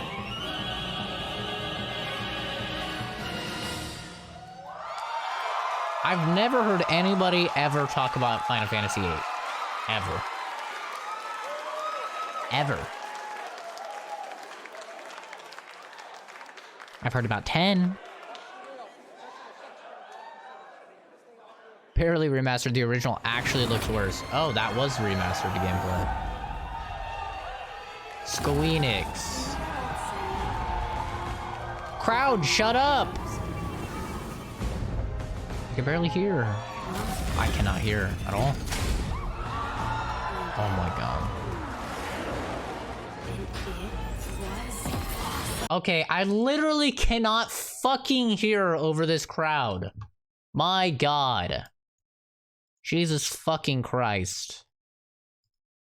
I can't hear. I cannot hear the fucking dialogue. Oh, they didn't. Okay, well, they didn't. Okay, Avengers, game, E3.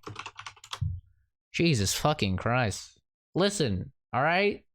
If I wanted to watch a trailer with somebody annoying talking over it, I'd watch my own videos and streams, okay? Jesus Christ. God knows I'm not doing that. Yikes, that Black Widow looks terrible. Oh no. Oh no. Oh, there we go. There we go.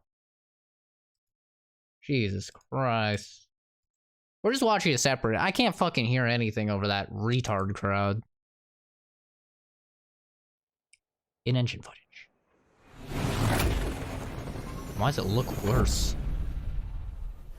You know that old saying, never meet your heroes? Well, I did. It looks worse, but I can hear it, so I don't care. It was awesome.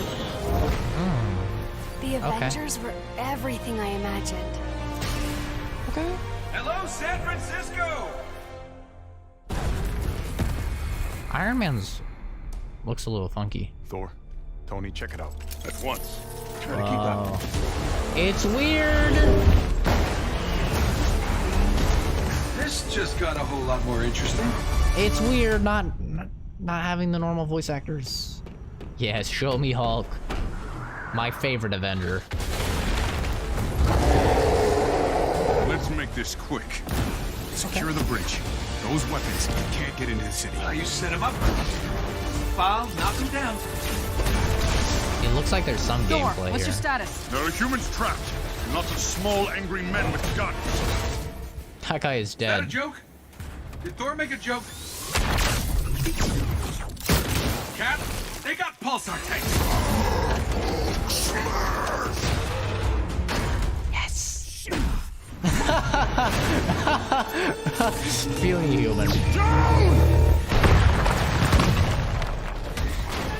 Tony, Thor, the Hulk cables. is all I will play. If you get to choose. Cap, what's going on over there? Old Cap mixed with new Cap. Chimera, what's your status? Should head back. No, stay on Fuck 'em task. up. There are still civilians on this bridge. Reactor. Damn it, they played us. Oh! Black Widow looks terrible. Why does she look like a man? Stop. Don't show her anymore, please. Some say they were set up. Others Everyone else looks call good, them though. murderers. Do the Avengers pose a danger to society? That was the question, Bruce.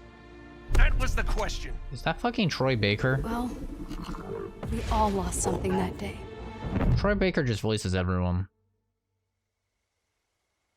But that's not how this story ends. What? I was about to say, they killed fucking Thor? What the shit? Oh shit! Oh fuck! Yeah. I wonder how this game's gonna play. Well, what are we waiting for? How is this game gonna play? Is this like a it's gotta be, I wonder how this game's gonna play. It's gotta be like a level, and then like some sections you like get to choose who you want to play as, or like maybe even rotate between who you play as. Like that bridge sequence, you can play as Hulk or Iron Man, and then like it'll swap over to Captain America, and you play as Captain America. It's gotta play like that. It looks pretty good.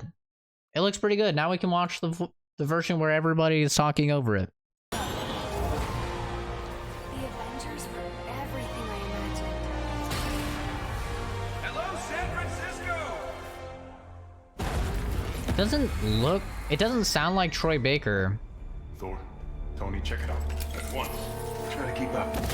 It doesn't sound like Troy Baker when he's in like the suit, but it does. It's obviously Troy Baker when it's Got a whole lot more interesting. regular Tony. Dude, I'm so happy to see my boy Hulk getting some love, man, after Avengers, and he did fucking nothing in Infinity War and Endgame. Hulk needs more love. File, knock him down. Thor, what's your status? There are humans trapped, lots of small, angry men with guns. Is that a joke? Did Thor make a joke? I don't get that. It's not a joke. They got pulsar tanks. Mission based with big old set pieces. Yeah. Which is probably still funny.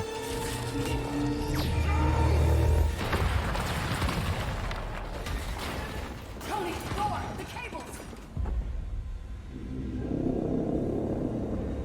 Cap, what's going on over there?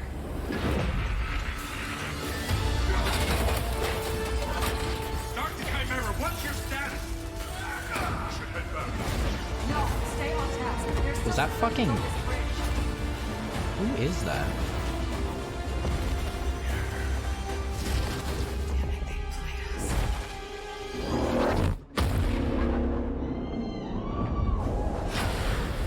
Good thing we didn't watch this the first time. You can barely hear it. She still looks bad. Some say they were set up. Others call them murderers. Do the Avengers pose a danger to society? That was the question, Bruce. That was the question. I wouldn't push Bruce if I were you. All lost something that day.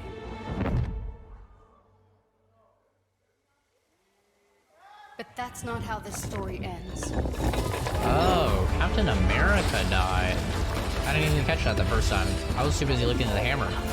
Captain America fucking died? Why would you spoil that in the fucking trailer? He's gotta come back. There's no way.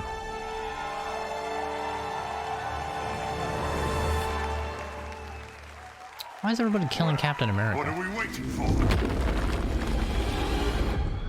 Kill Black Widow, okay? Get her out of here. Why is everybody killing fucking Captain America, okay? The best Please Avenger, welcome by the Sean way. Eskai, Creative Director, Crystal Dynamics, and Bill Roseman, Vice President and Creative Maybe they'll say Director, what type of game it Marvel is. Games. Maybe they'll tell us. Man, it's been a long time since we got a good superhero game. We need more of them. Yeah. Thank you. We love you. Yeah. I hate this audience. Thank you, everyone. We are incredibly excited to reveal Marvel's Avengers to the world. Pause for applause. A few years ago, Crystal Dynamics and Marvel began collaborating on an original Avengers game. One that combined epic action-adventure with cinematic storytelling. A game where we as players can experience in both single-player and co-op what it's like to be Earth's mightiest heroes. Do I have any true believers in the house? Yes! This guy makes me uncomfortable. Because you will instantly recognize your favorite superheroes and villains, but you'll also see that they're unique to this game, as this is Crystal's interpretation of these iconic characters. Okay. Our story begins at A-Day, as San Francisco celebrates the opening of the Avengers West Coast headquarters, and the team's custom helicarrier, outfitted with a strange experimental energy source. However, the day turns deadly when an attempt to steal this new technology results in massive destruction. Blamed for the tragedy, the Avengers are outlawed and our heroes disband. 5 years later, a horrific evil threatens the world. A horrific and evil. Our only hope is to reassemble Earth's mightiest heroes. Mightiest. You'll play as your favorite Avengers in an all-new original story showcasing authentic Marvel heroism and humanity. Something makes me uncomfortable by the way this man about talks. losing what matters to you most and fighting to get it back. His S's are just really moist. Yeah! Yeah!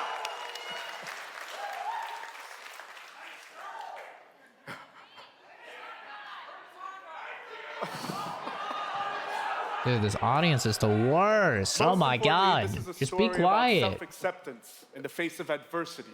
These guys are high off that Embracing FF7 our hype. individual powers and learning that together we are mighty. Okay, we have a lot of one-liners. What is You'll this lead game? the team as the legendary super soldier, Captain America. But you just showed that he dies. You'll What do you call mean? down the lightning as the Asgardian god of thunder, Thor. Thor looks good, dude. You'll channel Classic the anger Thor. of scientist Bruce Banner by unleashing the Hulk.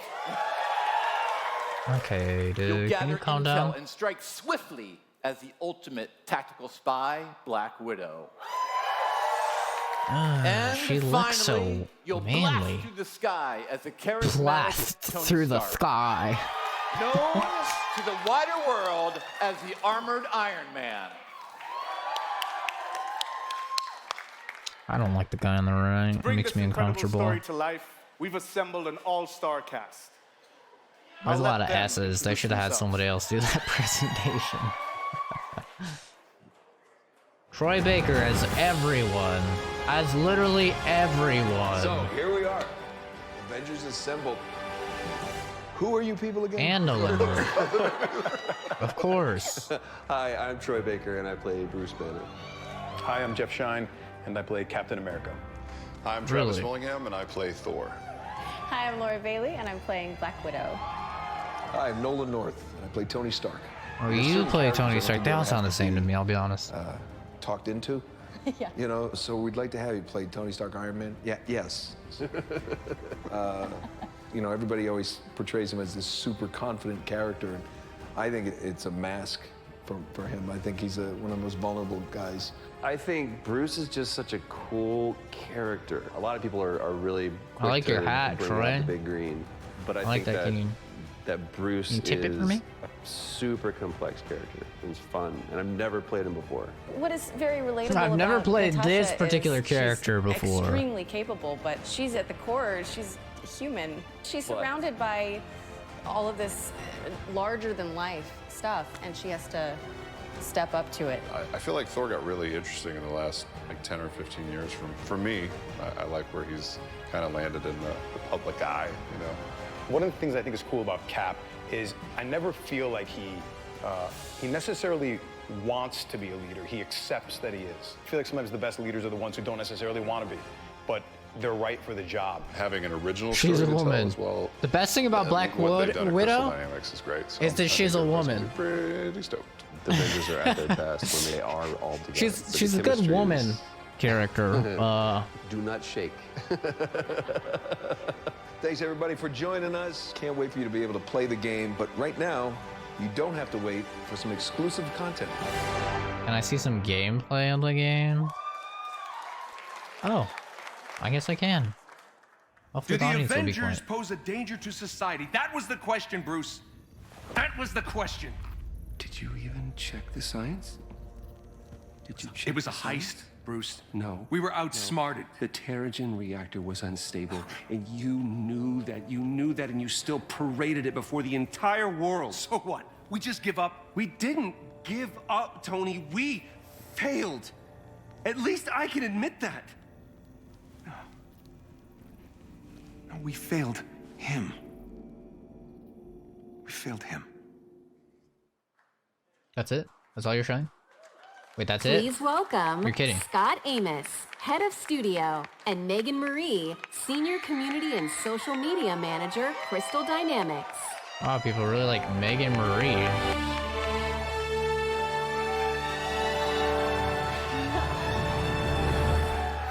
For some reason. Hello, E3. Kerrigan, Humans confirmed. You've just Marvel video seen game a high-level universe. view of the cinematic Show me and Black character-driven Bolt. campaign of Marvel's Avengers. But launch is only the beginning of this adventure. Marvel's DLC. Avengers delivers a narrative over multiple What years the fuck with are you exciting new wearing, content woman? released at a regular basis. Like the Avengers, What you is and your that? friends are stronger together. You'll assemble into teams of up to 4 players online Why does she have to be so extra with whatever the fuck she's where you wearing? can master extraordinary abilities, where you can customize a growing roster of heroes and defend the Earth from ever-escalating threats. Wait, a growing roster of Oh, heroes? Yes. Oh, yes. What is this, And Ultimate to make Alliance? Sure everyone comes on this journey with us. We're incredibly thrilled to announce that Is it just the every new mic? Why does everybody superhero sound like... and every new region will be delivered at no additional cost. Oh my god, supporting a game like you normally should.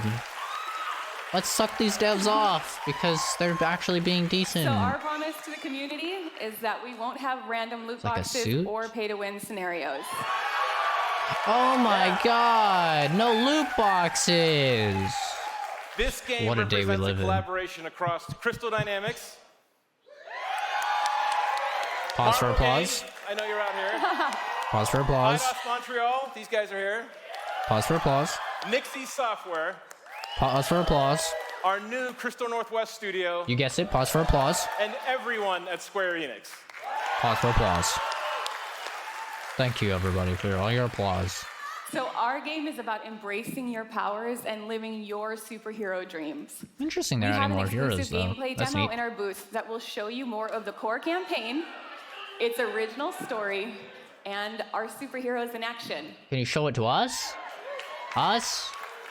Instead of these cucks that paid $350? Marvel's Avengers will release worldwide on PS4, Xbox One, Stadia, and PC.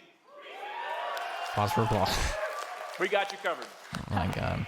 And we're excited to be partnering with PlayStation. Is there crossplay? To bring some awesome surprises to the PlayStation audience. Oh boy. Including exclusive early stuff. beta access. Oh boy. Let's cheer and for unique benefits that we'll be revealing in the future. Whoa. We're gonna say no to microtransactions, but not to Sony's money. A glimpse into our world, including when you'll get to play this game. Whoa, a Spider-Man crossover. That'd be neat. This is what's next for the Avengers. Thank you, true believers.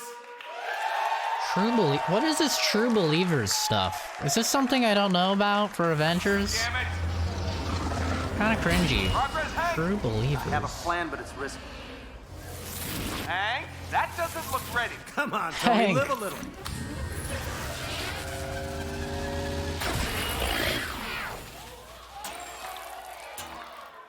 This is gonna be so cool. Unbelievable. It worked. It's sort of cute when they're small. Ah, didn't doubt you for a second, Hank. Okay, we're not seeing gameplay. These guys have paid $350 for a gamer badge, get to say play gameplay, but not us common folks. Not us plebs. We don't get to see gameplay. Stan Lee calling fans true believers. Oh, okay. Excelsior? Well, I know Excelsior. I've never once heard the true believers. Ever. Ever. Okay, I guess that's it. That's it. So I will give my final thoughts and rate it as I have for all of the other press conferences. All in all, I will be gracious. Okay, I will be a gracious man and not dock points for the crowd. It's not their fault that the crowd is fucking awful for this conference, okay? It's not their fault, so I will not dock points. But just know, if I did dock points because of the crowd, I would dock a solid 3 points for the crowd, okay? But I won't. I'm gonna be nice. But man, that crowd was unbearable. I thought Bethesda's crowd was bad, but these guys were actually worse. And I know. I know. You're like, Zach, that's a little bit too far. It's true, though. Bethesda's crowd was obviously paid off. They were cheering for stuff that was awful. But it didn't compromise the shit that they showed. However, this crowd, I could not hear anything for the Avengers trailer because the crowd was so loud. Okay? So this crowd was worse. But anyway, I won't dock points for that. All in all, I'd say it was a solid conference. Definitely better than Ubisoft. Definitely better than EA. There's been a lot of people down on Microsoft saying it wasn't that great for them, saying they didn't like it, it was boring. I'm in a completely different mindset. I thought Microsoft was fantastic. I gave it a 10 out of 10, and I still stand by that, even, after the fact. Sure, a lot of stuff that Microsoft showed was CGI trailers, which are not ideal, but in terms of game reveals, they had a lot of game reveals, they had a lot of games, and most importantly, they had a goddamn console reveal, kinda. They talked for the first time about the new Xbox.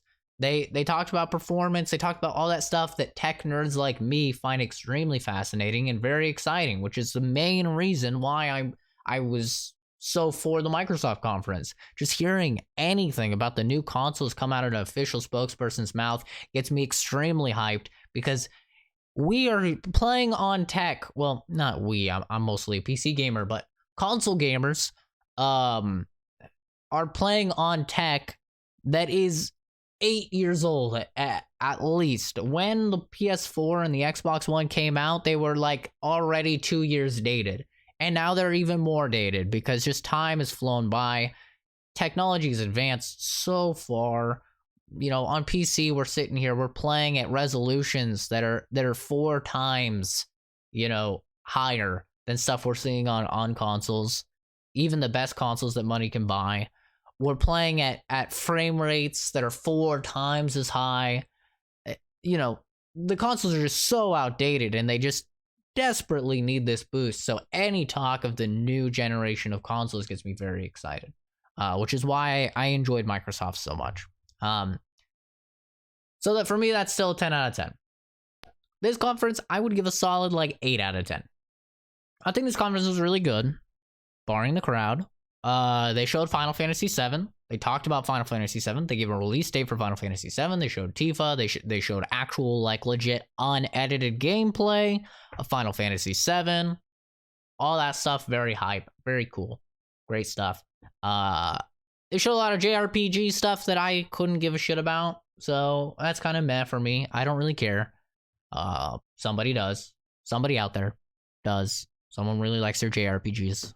Probably the Japanese crowd. But I don't really care about that. They showed not enough of Dying Light 2, but apparently there's 10 minutes of gameplay, which we'll watch in a minute here. But we got a little baby bit of Dying Light 2. We got Avengers, which is exciting. This is the first time we've ever even seen Avengers stuff. They've been talking about it for years, rumors and stuff for years, but we saw it for the first time. It looks good. It looks fun. I'm interested. I'm more interested in like the world that they're building and you know how that's gonna work. Especially with the Spider-Man game. Very interested because we know that Avengers exist in the Spider-Man universe. So whether or not those are gonna be connected or not, time will tell. Hopefully, that'd be cool. But yeah, other than that, it was a pretty good conference. They showed stuff that people wanted to see from them. So, you know, they made, what I'll say about Square Enix is they made the best out of what they have.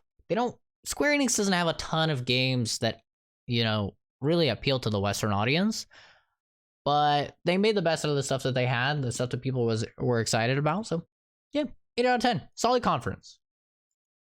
Solid conference. Better than Ubisoft and EA and Bethesda, that's for sure. Let's see if we can find that gameplay. Dying Light 2 gameplay. Gameplay. 13 minutes. IGN Live.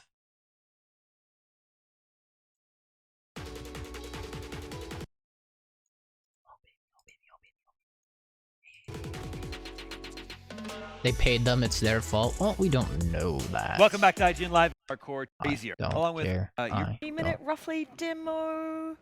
What I was most impressed. 25. They're talking over it. Why are they talking over it? I don't want people talking over the gameplay. That's my job. That's my job to talk over it. This looks like it's. So there's so many questions. Like I asked Twitter. Oh God! Does it all have IGN talking over it? So there's so many. No. So. Everyone's just uploading the same thing. Oh. Wait a second. Told me never to forget who I am. We saw this already. This is from the trailer. Staying alive. This is from the trailer. And I just got. God, it all has them talking. Oh, fine. I guess we have to deal with them talking over it.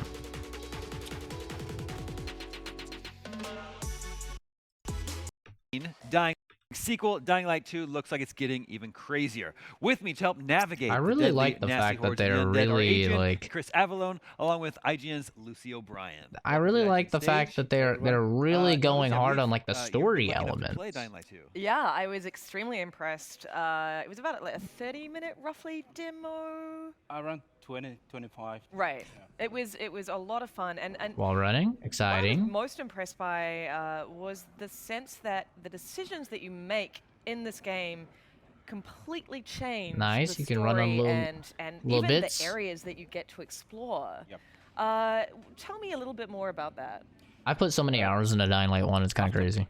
Releasing Dying Light 1, we thought that we have a missing ingredient for ultimate experience of the open world. So we had this emergent gameplay in the first game, a lot of tools that you can play with, different ways to approaching the combat scenarios. That's neat. But in terms of the story side, it's a sign. There's literally a sign attached to a fucking pipe. Of the open world. That's your axe. That's sick. We just need to change something on the storytelling to make it's sure literally just like a fucking street sign. That's great. The same amount of the emergent situations that you can play with, and we call it narrative sandbox. So the choices and consequences, in our opinion, was something really important for the formula. And how we did it, it's gonna suck because the beauty of Dying Light's combat is honestly like 60% sound design. So we're not gonna be able to hear, you know, the sound of your weapon bashing a zombie skull. Dude, this is spooky though. Every choice you make have a consequence. This is pretty spooky.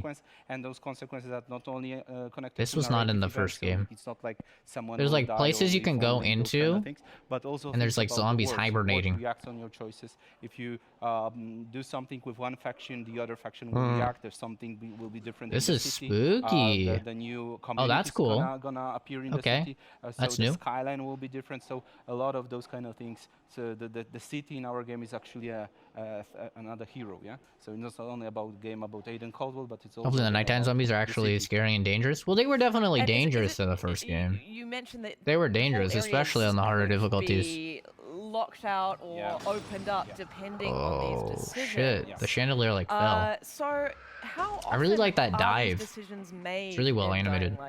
When it comes to actual crucial. They ran out and then they ran in the sun. In the story and of course, he's like, ah, shit. That you get to explore. Well, many times, but a lot of Mirror's Edge stuff we're seeing. You're building your a lot of Mirror's Edge stuff with the like to make, and then the word would change boosting off of stuff. You're like running and then you like boost off of something to get extra air. To just straight out of Mirror's Edge. What this faction is doing, what this faction is doing, is this guy okay or not, and therefore you'll be ready to make this final choice. I believe Chris can. And like better climbing for sure, like better vertical climbing on surfaces. The stakes are listed out before you actually make the decision. So even though there's a sense of urgency about it, you actually know what's at stake when making those big choices. But the environmental reactivity, though, like when Adrian first showed it to me, I was like, I can't believe this. Because usually, so I worked on role-playing games, and it's really easy to do like narrative reactivity when dealing with NPCs.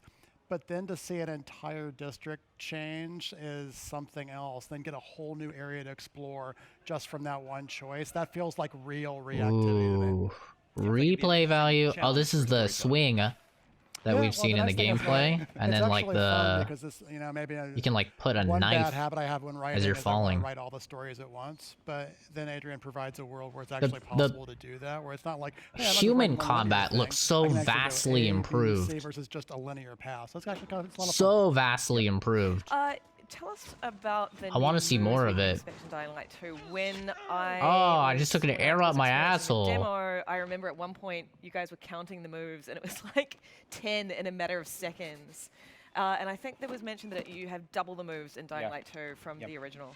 Yeah, it's like we double the amounts of moves, parkour moves. Can you fight some of these guys? I want to see the fucking people combat, please. What also we did is the new system. The people combat was definitely the weakest part of Dying Light 1. So your body.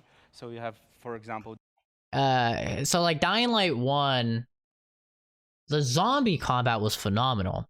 There was a little bit of like finicky stuff that was annoying. Like for example, if a zombie was like in a lunge at you, if you hit them with like a blunt weapon, it wouldn't break them out of the lunge, so they would still like grab you. So a lot of the times you would just be spamming kick because kick would stop them, and you didn't want to get grabbed by them, which was a little bit annoying.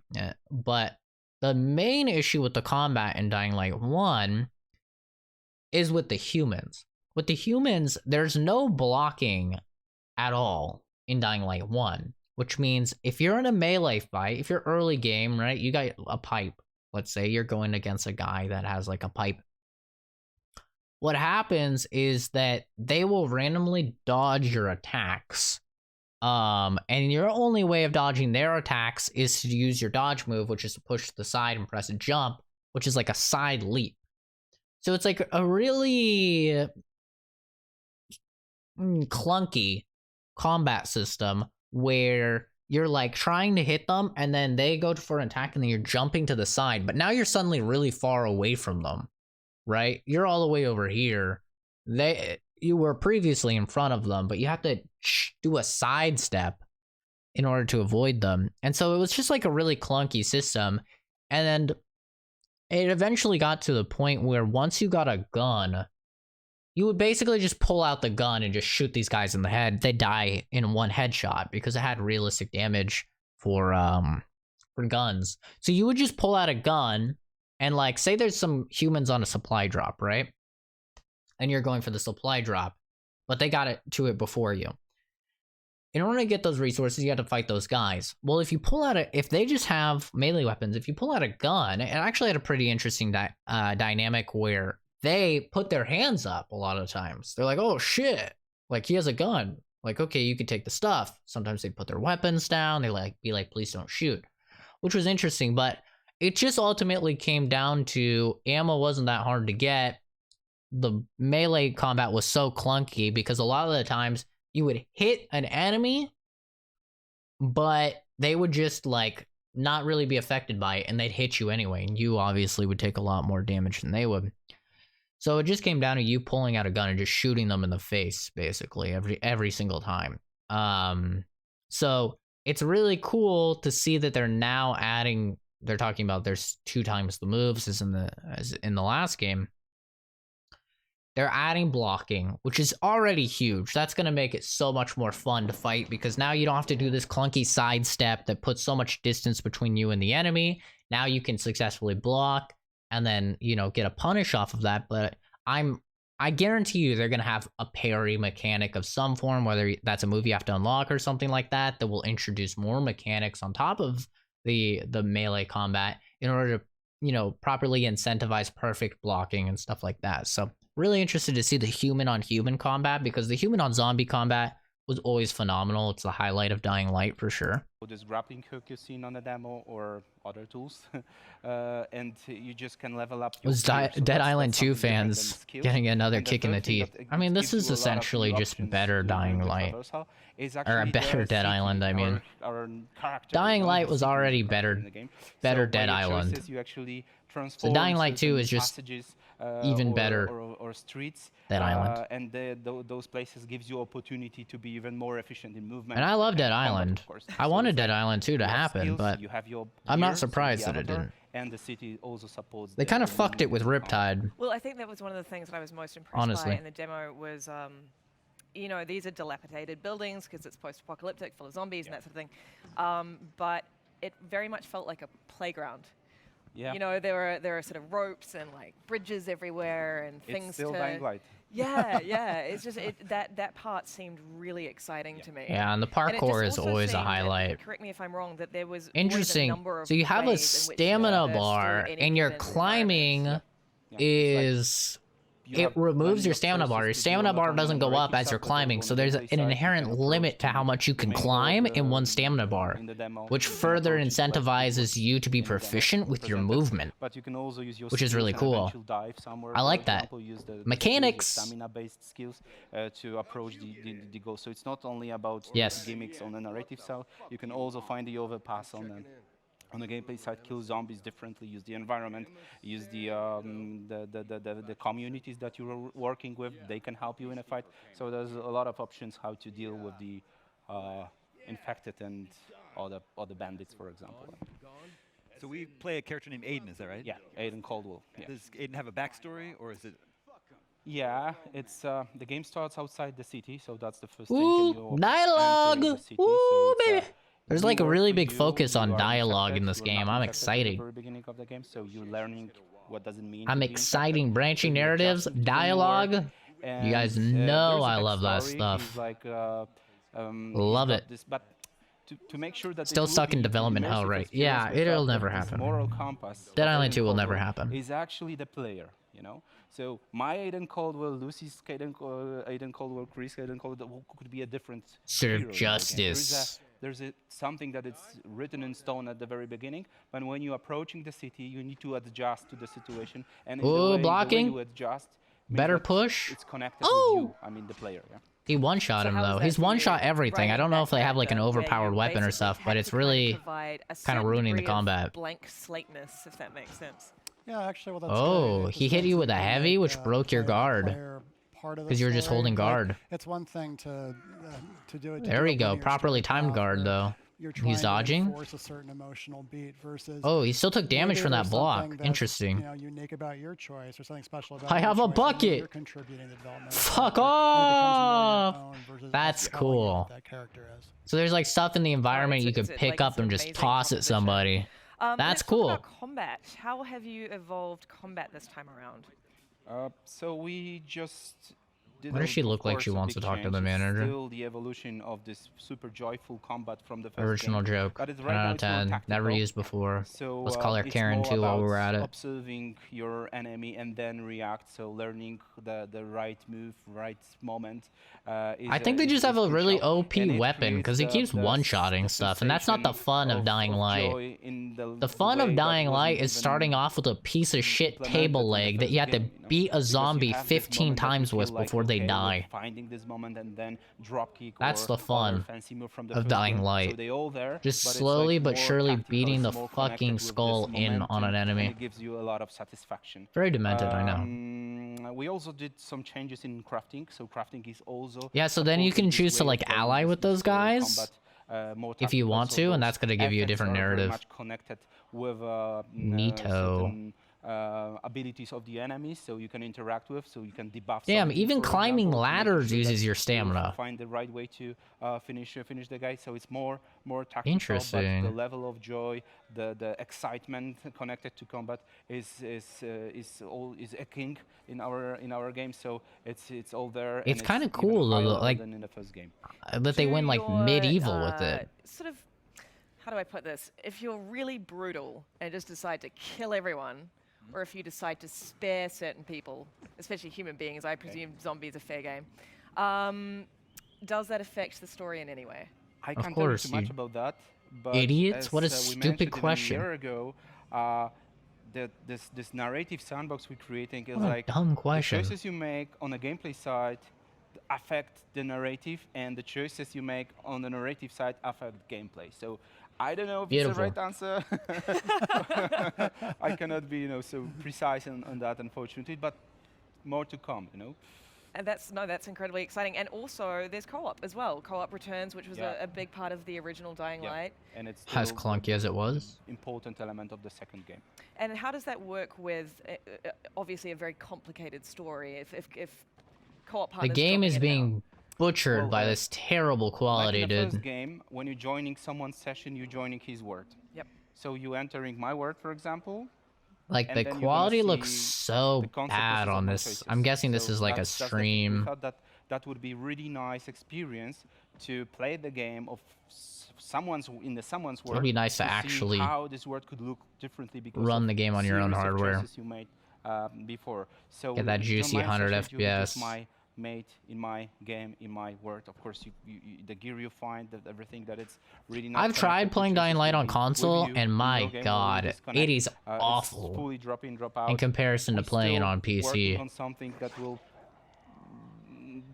be really a big milestone in 4-player co-op that we had in the first game, but still I cannannot tell you. I want them to talk more about like the loot. That's the idea. You're joining my session. You're in the. I'd like them to like up the loot and the variety of weapons as a single player and the variety of mods. To understand the world, they haven't talked about that at all. The communities, everything, and then joining someone's. They're focusing a lot on like talking about story stuff. A great story stuff, a bit of parkour stuff. They have not talked about loot stuff at all. And eventually, if you play the game again from the very beginning. And loot is a big mechanic in Dying Light. You can make different choices, so therefore it will be a different game. That's a cool thing because we have fans that are still playing Dying Light 1. It's still 500,000 people are playing Dying Light every week. So it's a cool thing because 500,000 people still playing Dying Light 1. Like 4 years after the game came out. That's insane. All over again. So in That is crazy, that will be a dude. different lap, you know? It's I like, still go back because and of the play Dying choices Light you can 1. make, it's a different It's game. just So such a that's good game. really great value. It's for those aged players. so well. Yeah, that sounds very cool. I know you have a very dedicated community. It's excited for Dying Light 2. They won't have to wait too long. Second quarter of 2020 is what you're saying right now. Cool. Yep. Thank you so much That's for coming by the too show. far. That's too far. Okay. I don't think there's anything else to react to. I really wish like we could get high quality gameplay for this stuff, but it's always like shitty. It's always shitty quality. Like I said, I'm not really gonna react to Nintendo stuff. Breath of the Wild 2 is I've already talked about my thoughts on it. I will be more well versed. Who knows? Maybe after I play Breath of the Wild, right? Which will happen eventually on the channel. Maybe after I play Breath of the Wild, I'll be like, I'm so excited for Breath of the Wild 2. But I kind of doubt it. Honestly, I would have rather just seen something fresh, new, exciting. But need some bleeding edge gameplay. What's bleeding edge again? Check out Astral Chain. Astral Chain is Switch exclusive though. Who knows? Maybe it'll get me to buy a Switch. Oh, it's E3 Live. They're gonna be talking over it. Why is everything IGN talking over shit? Maybe Nintendo Treehouse? I don't know what this is. Hi everyone, welcome back to Nintendo Treehouse Live 2019. Oh, Bleeding Edge is a 4v4. My colleague Demetrius, Sam, Mr. Tara. Talking over. That's right. I gotta make this important. We'll get the gameplay. That you can play as well. That happens before this, so we'd interesting like you to look forward to that art. as well. And I want to highlight this rad transition. Oh, we love this. It's so good. Here we go. Man. So we're in file 1. Cyberbike. Actually, kind of like a chapter for This is some fucking cyberpunk and, shit. Right off, you're gonna see it right out the bat. We're actually kind of more in a motorcycle chase. I'm on a hot pursuit. So we're going to see a lot of different styles of gameplay in this game. It's really, really, really great. Yeah, you know, cyberpunk aesthetic really pleases me. Okay. This shit pleases me. I love synthwave-esque 80s style. Just kind of help describe it. Yeah. Actually, while we have Taros on Future here, cities. You might want to talk a little bit about this sequence and about some of the enemies that we're encountering here. I wonder if this is gonna have like Nier Automata shit. Okay. Driving looks fairly basic. Let's get to the combat. Invaders that are sort of threatening Earth. So Train. Break it down real quick. If I tap ZL here, you'll see that I bring up my Legion. My Legion is actually going to attack on its own, but if I hold down ZL, I can actually move it around with the right control stick. So it's going to allow me to have a greater finesse. Now you'll notice that there's a little energy bar down there. As that dissipates, it's the amount of time I have for my Legion to be out. So when my Legion is attacking, I can actually tap the ZR button and get into my own form of attacks. Now, this is just kind of the basics. So what I'm going to do here is go into some training with Jin. It's kind of like my first real assignment after I got my Legion. I'm just going to kind of bash through this. I'm just going to explain. Jin wants me to train. He's going to give what's called a Legatus unit. It's kind of what you see right there, house in the back. Everyone that has a Legion needs to have this unit strapped to the back. It's like a casing, I guess you would say. It's also going to grant me use to the iris. That's why you see my character's eyes light up. Great. Looks like it fits. All right, There's a lot of crazy shit. Now I'm going to go back. That's your Legatus. Okay, Legatus Cradle. Legatus Cradle, excuse me. I'm going to skip to this. Now I need to go train over here, so I'm going to press close this out. And kind of just start with this iris right here. Yeah, and a little bit more about the iris. The iris is like an augmented reality layer on top of the environment that will highlight special items. This is like fake training combat. Let's get to real combat. So what I'm going to do now is hop into a training program real quick. Just use this. So I'm going to go and use my iris. Yeah, so what you're seeing is a holographic playback. Wow, thank you for explaining that. I'm going to clean up this. Wow. God. I hate it when devs treat people like they're fucking retards. All the coins and in on this. Where the you fuck can is see the Legion and you can see the Chimeras and let's just take a quick bathroom break. I gotta use the restroom. It's too much water, right? It said it was an automated toilet. これはステージに隠されているもので、こういったものを見つけると、後々いいことがあったりするような隠し要素が他にもトイレ以外にもたくさんあります。So the toilet that you just saw is hidden in every stage. There's a different toilet, and if you they're a hidden element, and if you find them all, then something good will happen. That's amazing. Something good will happen. And you can just plow straight ahead and go straight to solve whatever the case is that you're on, or you can explore. And the game is made with lots of places to explore and mine. There's a monster. Yeah, if you explore these environments, there's lots of different things you can find, namely a red matter to clean up, which there's a percentage that appears on the screen when you clean up red matter, and I invite everyone to try and get 100%. Oh, man. I know this. Everybody's probably watching me like, you missed something. Yeah. Clean it up. All right, let me try to concentrate so I don't get beat down. Yeah, we've got a giant gorilla-looking Chimera here.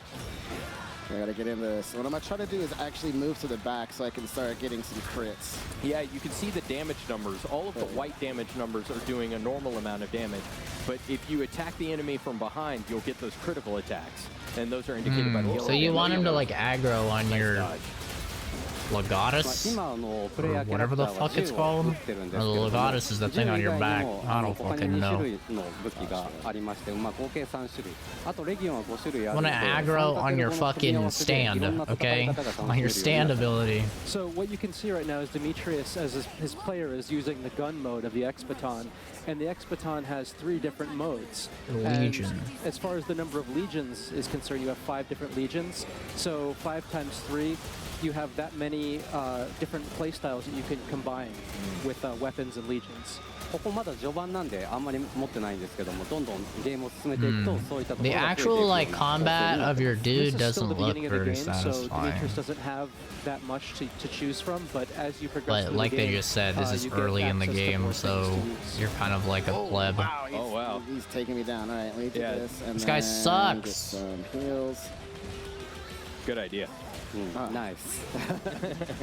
あと今こう警察官が敵になってしまってるんですけども、 Get behind him, you retard. God, this guy's terrible at this game. This guy's awful at this game. Bro, why are you letting him aggro you? There you go. Get him to aggro the stand. Oh, you just put the stand in front of you. You're a retard. Or due to the influence of the red matter that's polluting the world. Right. Art style is neat. The worst part about this game is that it's on Switch. That's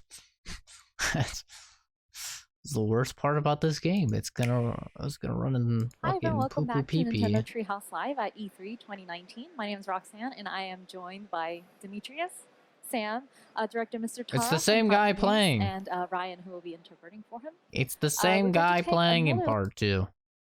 The cool thing about that finishing move is that it will fill his limiter gauge whenever he uses it, so it's really valuable to use those. There's a lot of talk of shit of enemies in Astral Chain, and you're really going to need to mix up the way you approach them. So right now he's using the Sword Legion, and he just did a finishing move right there. The cool thing about that finishing move is that it will fill his limiter gauge whenever he uses it, so it's really valuable to use those. Or to Interesting. You're like whenever you have the opportunity. It looks like you're wrapping. Yeah, you're wrapping your chain around them. So you're like micromanaging you and your Legion in order to wrap like your chain around to get like status effect on them to stun them. Right when that spark is shining there, you'll do an auto combo and kind of follow up. And sometimes those shines will appear one after the other, and it feels really satisfying when you nail those sync attacks in a sequence like that. What the fucking shit is even happening? What the fuck? You're doing all right. Focusing. Now, did I get that other little guy? No, there you are. Where are you going? No, not that guy. This one. Right, so Demetrius is using a Sword Legion, which is one of the 5 legions that we're actually going to see in action in this segment today. And he did use a special action unique to the Sword Legion, which is the slashing move. He cut the tether binding this Chimera with the other supportive Chimera. There you go. Wrap them up. Throughout the game, you'll utilize different legions. You'll have different actions, and they'll offer different strategical advantages to match. Nice. I just used a special ability. I was trying to style a little too much. Too fast. 今プレイしていただいてた時に敵にフィニッシュムーブとして敵のコアを引き抜いているようなアクションがあったんですけど、それをうまく重ねていくとレギオンを扱っていられるゲージが回復したりとかするのでより This game will probably run in 60. So what we just saw Demetrius do right now while he was fighting enemies, but the resolution is going to be terrible. To actually pull out the cores of the enemies, and by pulling out the core, this doesn't look like 60 though. Your stamina gauge, and also there's other good effects. So it's very good as a player to figure out ways to it should run at 60. Use of that in your playstyle. A game like this not running at 60 would be criminal. Now, what I'm going to do now? So you saw me just do. No, please. No, I can't. Thank you. I kicked it. Kicked it. I'm running too fast. Okay. There you go. Come here. Slow it down. Stop. Stop. Come here. Come here. You know, it just won't let me pick it up. You know what? Fine. Okay. It's a rogue can. Now that it stopped moving, I know. You pick it up. But I will actually move this. Medicine. Oh, there's so many. Can I pick this one up? There's so much litter. Gonna have to be another one. Yeah. Please. Thank you. All right. I'm just gonna wait to cross here. Take the controller off this retard. Are special in that you can see your legion and you can see some of the enemies called chimeras and a lot of the regular folk, even regular. I'm gonna go right in anyway and just go right into it. Into the portal. All right, so we're gonna drop right into it. Now this is gonna be like a full dive into the astral plane. Something that's really cool. And you're gonna see not only search for this person, you're gonna kind of see us now incorporate some puzzle elements along with some combat as well. I'm gonna get scolded essentially from this puzzle elements. I'm not gonna worry about it right now. I'm just gonna puzzle elements. Your game was looking so promising. Oh, he's using a different weapon. So he's just switched to his arrow legion. Oh no! Which I'll start using now. アクーさんは今見てもらったみたいにレギオンを使ったパズル要素だったりとかバトル以外のギミックもたくさん入っているので現実世界の方ではできないような遊びがたくさん含まれています。And you just saw that right now, but in this separate world, there's other ways to play besides just regular battle. You saw that there was some puzzle stuff, and there's other stuff as well that you wouldn't be able to have in the real world. This guy's aim sucks! この世界に入ってしまうと、 It's like watching waifu play the game. 本当は汚染されてしまうんですけども、主人公はこのレギオンとつながっているっていう特性があるために、その汚染から逃れられているっていうような設定も入っています。And if a regular person were to enter this world, then they'd slowly become polluted and get corrupted. But because the main character is connected with the Legion, they're kind of protected against being polluted, and that actually factors into the setting of this world. Which is really, really neat. Yeah. One thing also I want to do, since I'm now inside the astral plane, I wanted to kind of quickly show you guys the skill tree. So as I said before, there is a lot of depth to this game. Yesterday we kind of went over some stuff, and we just talked about sync attacks. There's also different skills you can assign to different legions. So if you look here, you actually see there's a skill tree. Oh dear God. I've been playing this for a little bit, so you see that I've actually unlocked different skills. But when you're playing through the game, you'll ugly actually skill get tree gene codes and other material. And right here, for example, I can actually purchase and get an auto-bind. So what I'm going to do is I'm going to press A. I'm going to administer the genes here. Should I have enough? All right. So I'm going to decide on that. And see how also it unlocked a new area. So not only do I have a new ability, now I can also manually control using my Legion as well. So there's so many crazy cool options. I can't wait to see so many people do that. Now, for the skill I just got, I could actually assign it to X or Y. I'm going to keep what I have now because I really like using Round Sword and Hit Rush because it does some really fancy stuff. But just know that's just how one Legion is affected. Like I can do it for other stuff too. So I have Air Shot and Hit Rush as well. Okay. So taking a look at that skill tree, there were a lot of different things on there. Some of those were active abilities that you had to assign to slots in order to use them. But some of those are passives also that'll just kind of give you a buff here or there. And I was wondering if we could ask Taro-san to talk a little bit about the skill tree and about some of the customization that you can do with your character. 今タオラさんにお聞きしたいんですけれども、その各、レギオンにおけるスキルツリーの進路。 Okay, I mean the game looks neat.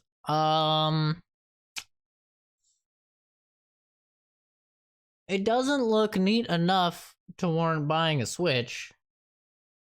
First of all. And it's Switch exclusive. Which is a big turnoff for me.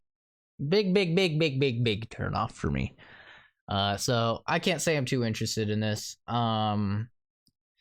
It has some interesting mechanics. It looks like a lot of busy work though. Like a lot of like incentivizing you to pick up litter and incentivizing you to clean up the red goop because that's currency in order to facilitate your upgrades, and like seems like there's gonna be a lot of stuff. Sort of like busy work. That is not mandatory, but I know me as a gamer, and I find that stuff like compulsory to do. Like if there is shit like that where I can harvest some red goopy goop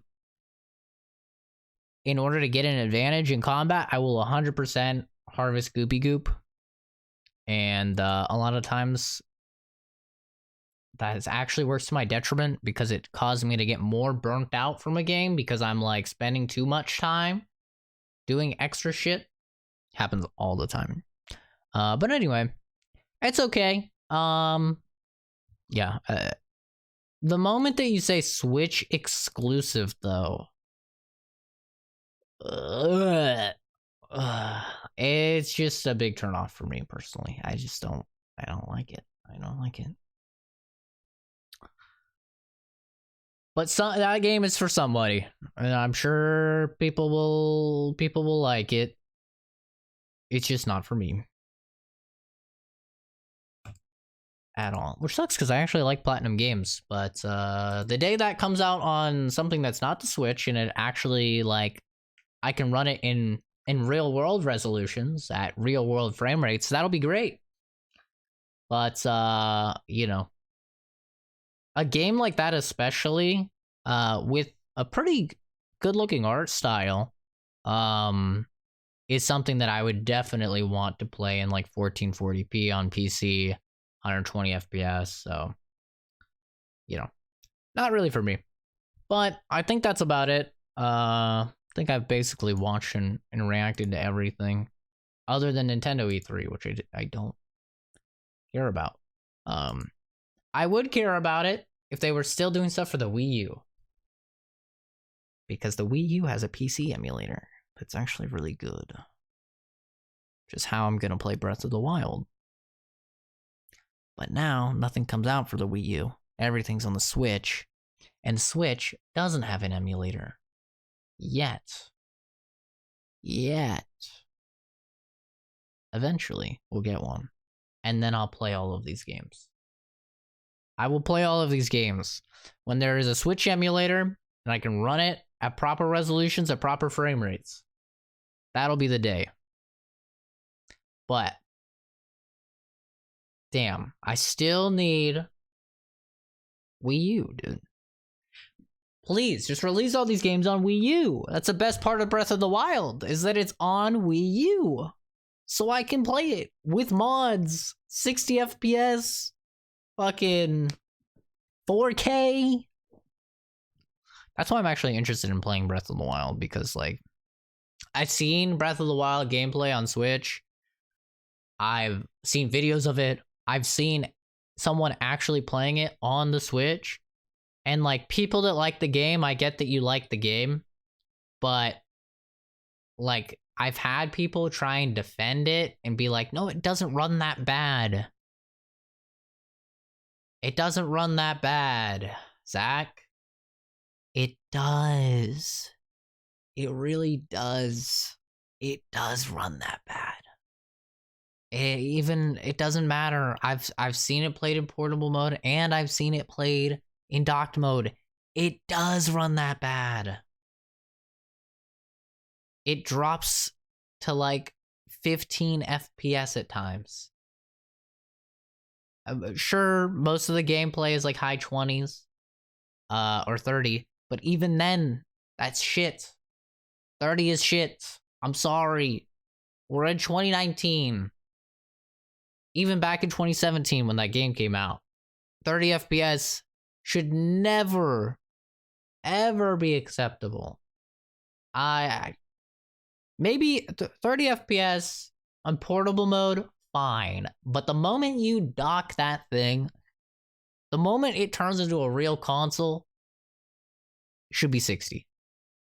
I just can't. If I want to play the games at 30 FPS, I will go back to my PS3 and my 360, okay? That's when it was acceptable to play games at 30 FPS. Ever since we got PS4 and Xbox One, 60 FPS should just be everything. And here's the thing with the Switch. It's competing with those consoles for performance and for power, which is why I've said forever, I would totally get a Switch if they released like a Switch Pro that was significantly more powerful. I don't care if I have to spend more money for it. Well, if it's like $600 or something, I wouldn't buy it. That's way too much. But if it's more expensive, that's fine. Just like, I want to run games at 60, dude. My PlayStation Vita runs games at 60 FPS. Get that through your head. My PlayStation Vita runs games at 60 FPS. Because it's jailbroken, and I can overclock the CPU, and I can overclock the GPU, and run like games at legit 60 FPS, and it looks great on that screen as well. It looks great. And that LED display, ooh. But like the fact that so much stuff on Switch runs in 30 is just, ugh, God. I'll take the bad resolution. Okay? I get it. You're not going to get high resolution. But give me 60. Just give me 60, man. Come on. You're already running games in shit resolutions. If you can't run games at shit resolutions at 60 FPS, come on. Come on. But anyway, I'll get a Switch one of these days. Like I got my Vita. When it's nice and cheap, you can jailbreak it. And you could get a bajillion games for free. Just kidding, I won't do that because it's 100% illegal. But if I were to do it, then it would be a great investment. But 100% wouldn't do it, of course. Because that's illegal. Anyway, good to be back streaming. We are going to be continuing the games that people have requested to be played. And I'm going to get back into streaming more frequently. So it's still really early today. It's only 9 a.m. Didn't even realize how early it is. So I may actually stream later today even and finish up Borderlands 2. So we can get ready for Borderlands 3. And they actually just released a new Borderlands 2 DLC to get you ready for Borderlands 3. Which Eddie has told me I'm not allowed to play until after I have finished the base game of Borderlands 2, finished Borderlands pre-sequel, finished Tales from the Borderlands, and then I can go back to Borderlands 2 to play the Borderlands 2 DLC that was just released, because apparently it has big spoilers. So that's the plan. I'm going to finish Borderlands 2, possibly later today. We'll be able to get that done in one stream. I'm pretty close to the end. It'll be like a 3-4 hour stream. And then after that, we'll be able to move on to pre-sequel and then Tales from the Borderlands. And after we finally finish the Borderlands shit, I don't remember what game we're playing after that. I'll have to take a look at the requests. I may actually just do Final Fantasy VII, to be honest with you guys. I may just do Final Fantasy VII after that just because, like, I'm ready.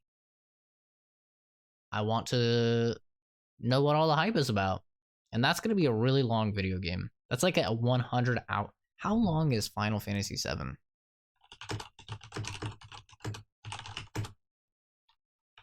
Dude, this game is long. This game is... Oh, okay. It's not that bad. I mean, it's still long. It's still very long. Main story's 38 hours. Still very, very long. So long. This game's over 20 years old. 22-year-old video game. What the fuck? Oh, it's a real life-size Buster Sword. $3,500. Cool. 48 pounds.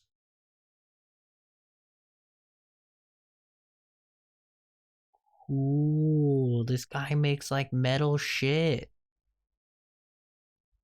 Neato. Buster Sword's cool, man. This guy's ripped out of his fucking mind. He's holding it up off the floor. That is not a comfortable way to hold a sword. That's for sure. Hold anything. That is not a comfortable way to do it. His wrist has got to be feeling that, dude. It's only $3,500, guys. Somebody get on that. Donate it for science. Don't actually. Please don't. Please, please don't. Damn, that's cool. Do they have like a Dragon Slayer? Okay, we're 100% getting distracted. 100% getting distracted. Made to order. Only 257 bucks. This guy has one for 500. Oh my god, kid. Your armor is cool, but you should not be cosplaying Guts, bro. That's like me cosplaying Guts. This little skinny kid. Come on, dude. Come on, dude. I would never cosplay as Guts. Thickness is demountable. Oh, it's 3D printed? Lame, dude. Doesn't even tell you how heavy it is. It's 3D printed, man. Dude, I want a real fucking Dragon Slayer that takes all of my power just to lift it. And then just fucking... But when that thing comes down, it's gonna fucking shatter everything. And I'll train every single day till I could be like that and just... Dude,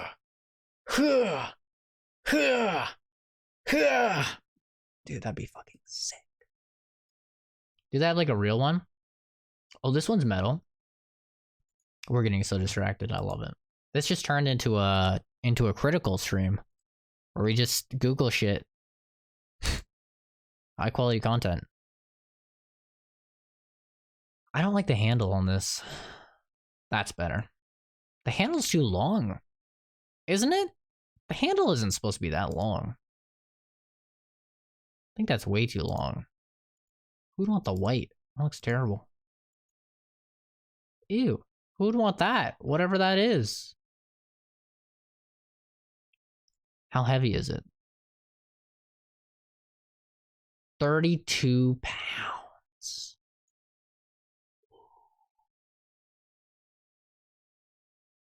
How much is this? $705.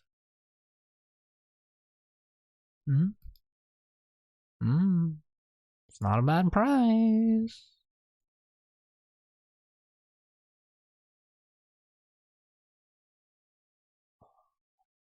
This one's only $175. This is so for what is this? Like his first rendition? His little baby sword? Oh, look at what is that?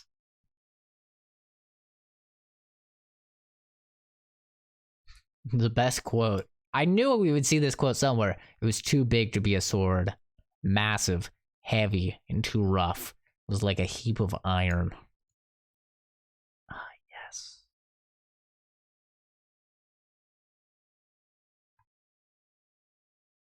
That looks way too small, dude. Good design, though.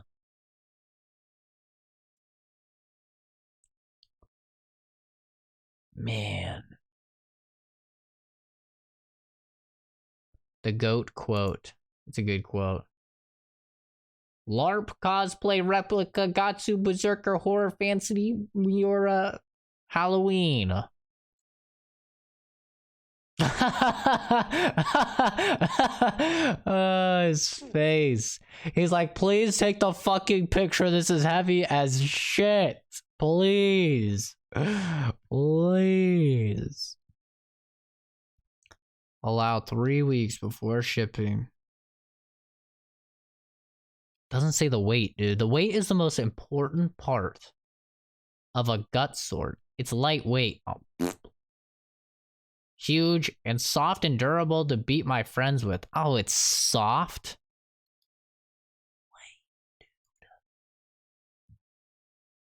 Lame.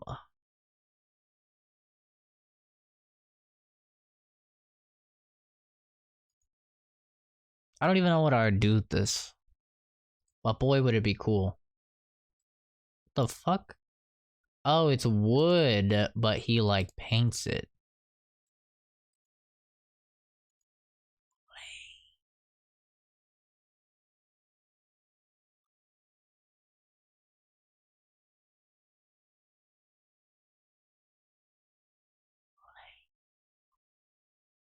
If you ever wanted like a goal to get ripped out of your mind, it would be to cosplay Guts.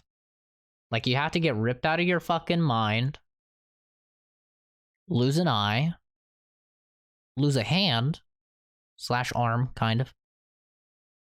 Not really arm, but part of your arm. And then you're Gucci, dude. Sliced across your nose, too, that's important.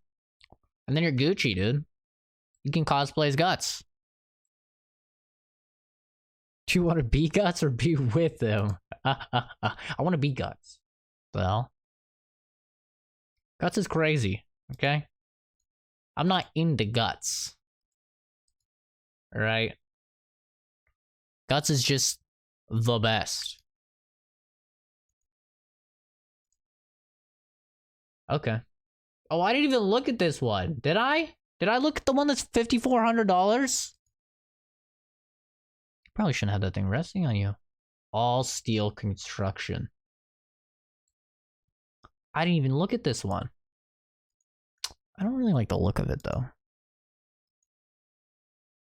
God. Is the handle supposed to be that big? I never thought that... Okay, gotta research. Berserk. I guess it is. No, it's not. See, that's a real picture. See, it's not that big. I mean, unless he has some fucking huge ass hands. Unless he has like the world's biggest hands. Yeah, it's just big enough for 2 hands. I mean, Guts seems like he'd had some fucking monster hands. Don't get me wrong, but I guess one of his hands is giant and metallic. To be fair, it's probably pretty big. But isn't that big? That's like 3, 4, 5 hands. Way too big. Way too long. Maybe it's like a design. It's not 1-to-1. It's not 1-to-1. It's 54 pounds though. God damn. These people legit fucking bought it, dude. This guy legit bought it. This guy spent $53.99. Should just say, I don't like that it doesn't just say 5,400. I don't like that. This guy spent $5,400 on this thing.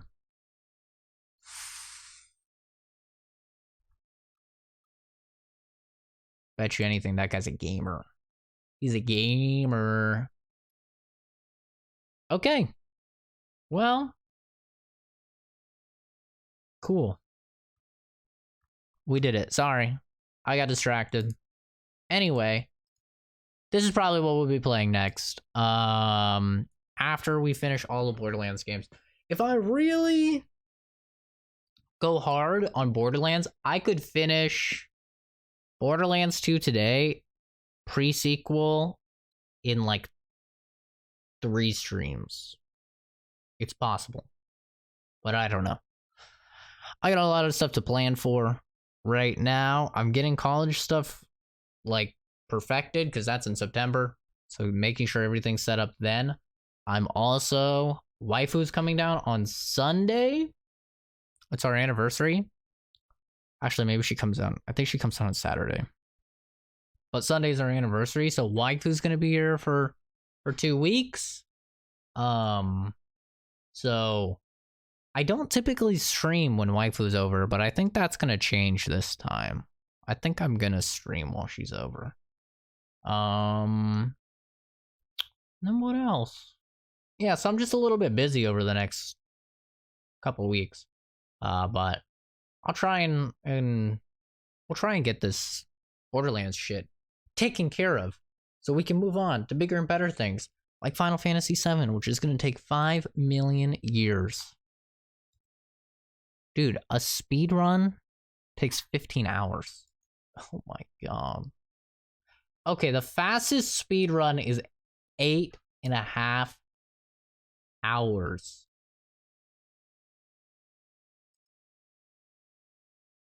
You know that's a big ass game when your fastest speed run is longer than most other games, regular playthroughs. Especially for the time. This game came out over 20 years ago, dude. Over 20 years ago. And it's 38 hours. Like, that is a long, long, long video game for back then. It's still long now. 38 hours is like a long game now. 38 hours back then? Jesus Christ, dude. But it makes you wonder how much of the game is like story and how much of it is like just the combat takes a long time, you know? Because like the combat is probably a lot of that time, like a lot of it. And I'm 90% sure I'm not going to like the combat. So the story's going to have to, these story and characters are really going to have to capture me for sure. Final Fantasy takes forever to play through. Yeah, it looks like it. It'll be interesting because that's a lot of streams.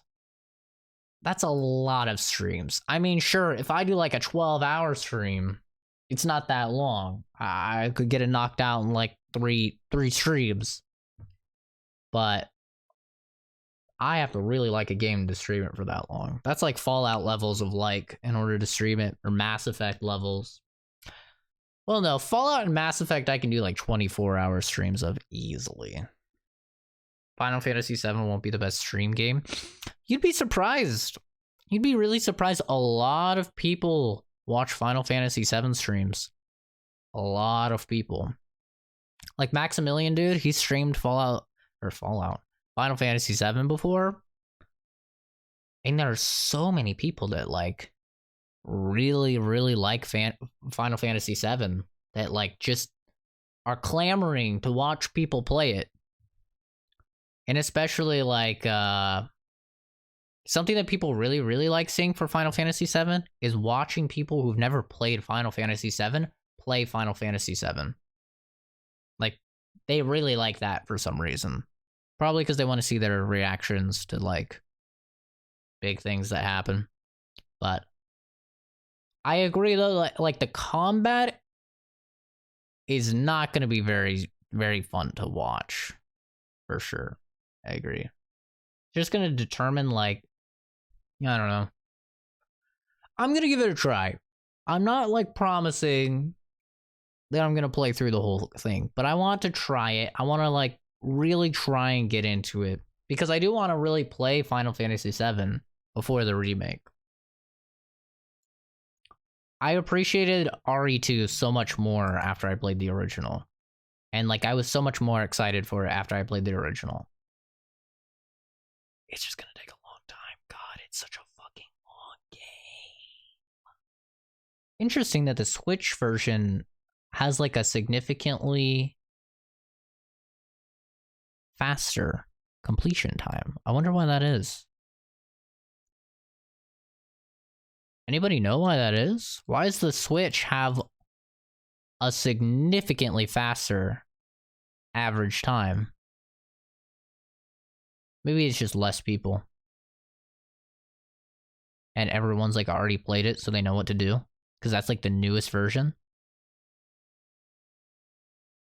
Ah shit, it's on PS Vita. Never mind streaming it, baby. Switch has the speed up feature. Oh. Oh, interesting. Speed up feature. Oh. Gonna have to bring your entertainer A game. I don't know about that. I don't know if that's gonna happen. Listen, some people, some of these streamers out there, they can like put on a show even if they aren't like really into a game. They can act it up. I can't do that. I cannot do that. If I'm not feeling a game, my audience is not going to be feeling a game. They're going to be like, ooh, it's going to be tough to watch for sure. So it's all going to depend. If the game is really good, then I wonder if the PC has that. Does the PC version have the speed up feature? What version do I have on PC? I don't even know. I don't actually even know what version I have. I think it's in games I need to play. It is. It doesn't say.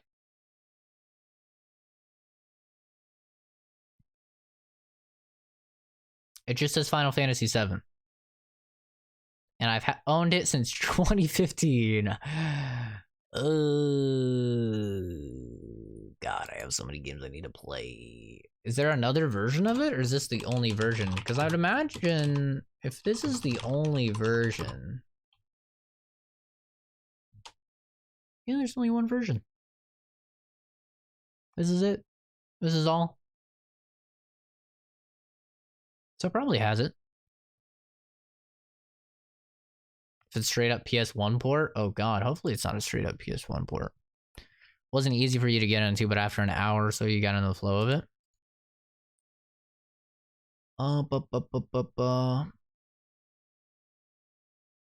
For latest hardware, blah blah blah. Talking a differences, character booster. You can increase your HP, MP, and gil levels to their maximum, all with the simple click of a button. Oh boy, I can cheat. I can cheat my way through the game. Haha. Is it sad that I actually might do that? No, I won't do that. Probably. Unless I really hate the combat, but really like the story. Then I might do it. But probably not. That wouldn't be very fun to watch. A classic masterpiece.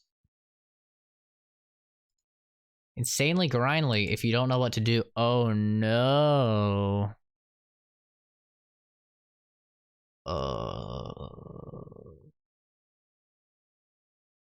Huh. I guess we could just Google it. Can you speed up Final Fantasy VII on PC? Fast forwarding. If you use Cheat Engine, you can boost the game speed. Well, that's one way of doing it. So completely incapable of just playing games now. Whoa, dude. I don't need to be personally attacked. Yeah, most of us aren't kids anymore. Don't have 100+ hours. I don't know what the fuck a materia is.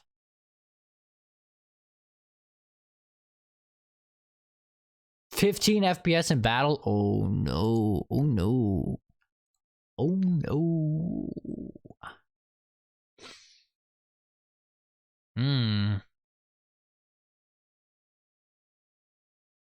There's a lot of grinding in this game. There's a lot of grinding in Final Fantasy VII. I don't want to grind.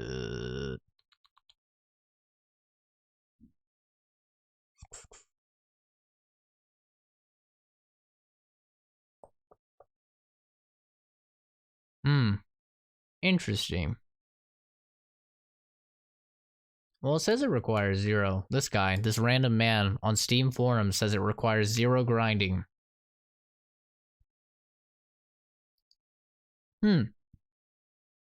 So no fast forwarding. It's only in the PS4 port. Oh no. Do I have to buy it on PS4? Oh no.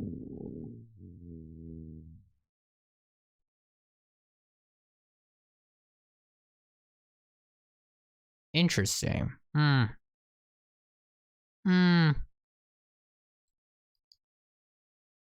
So no high-speed function, unless I cheat. Which I won't do, so we're just gonna play the painfully slow version of the game.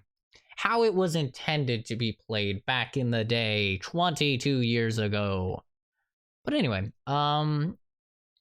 enough getting distracted by the internets. That's it for the stream. I'll probably be live, I don't know, later today. To finish up Borderlands 2. So we can get hyped for Borderlands 3. And then... oh god. So many video games. So many video games. I have so many issues. My god, my life is so terrible. I can't decide what video game to play. And then we'll play pre-sequel. Get through that. And then we'll play Tales. Get through that. And then we'll play Borderlands 2 DLC that just dropped. And then we'll be ready for Borderlands 3. And then we'll play Final Fantasy 7. And that'll take 55 streams. And then after oh god. And then we'll be ready for Final Fantasy 7 Remake. And then I can move on to other games people have requested, like an additional Fallout playthrough, or Mafia 2, I think it is, that Fuzz requested, or Breath of the Wild, so I can get ready for Breath of the Wild 2, or, oh god, the fucking, what else did someone request? Max Payne 3, oh, video games. There's a lot of video games, not a lot of time. You know, it's a lot easier to be a streamer when you don't have a girlfriend. So just tips to all of you that want to be streamers. Don't get a girlfriend. Your life will probably be worse if you don't have a girlfriend. But you'll have more time for video games. So it's really a give and take situation. You know? Do you want a girlfriend or do you want to be able to play the video games? You know, because you can't do both. You can't. Because then you're a bad boyfriend. You got to spend enough time with the girlfriend. You got to spend enough... oh, God. And I'm... oh. And I got to hit Hunter rank 100 on Monster Hunter, so I can get ready for Iceborne. Oh, dear God. Apex Season 2 is about to drop, and I'm going to probably play that. And oh, dear Jesus Christ. Video games and... ugh. Anyway. It's good to be back streaming. Cross your fingers I don't get banned again for my Square Enix reaction. Boy, oh boy, would that be funny. If I get banned again for fucking... whatchamacallit? My Square Enix reaction. To be honest, I probably just won't do reactions anymore. I love reacting to stuff, and people like me reacting to stuff, but like, at the end of the day, YouTube is like really cracking down on reactions, which is weird because I personally feel pretty confident that it's fair use.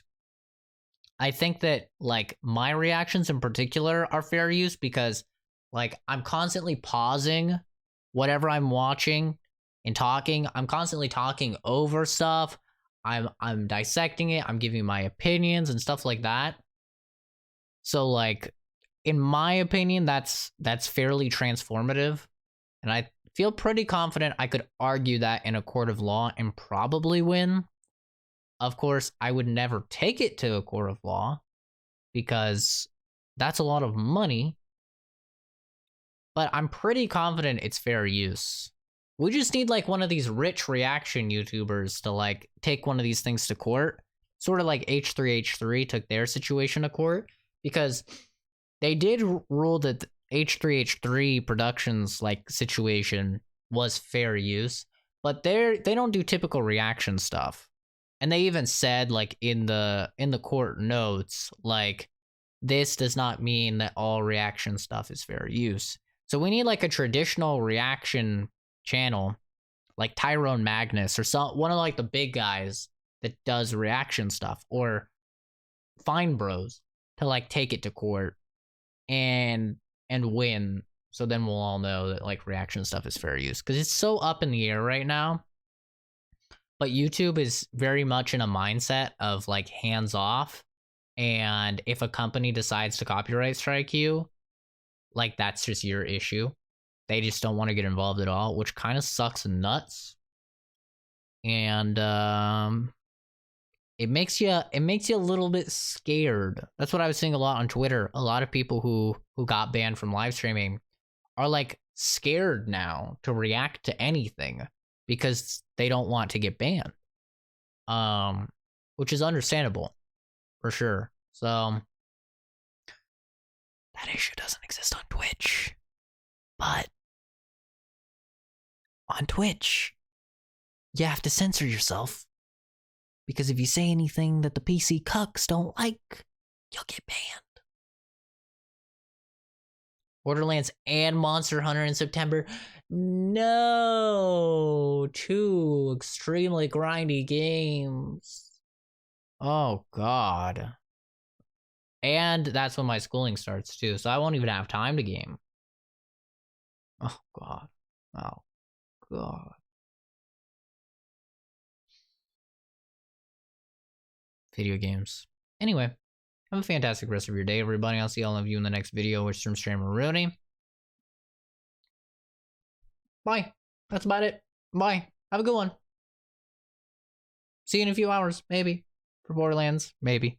No promises.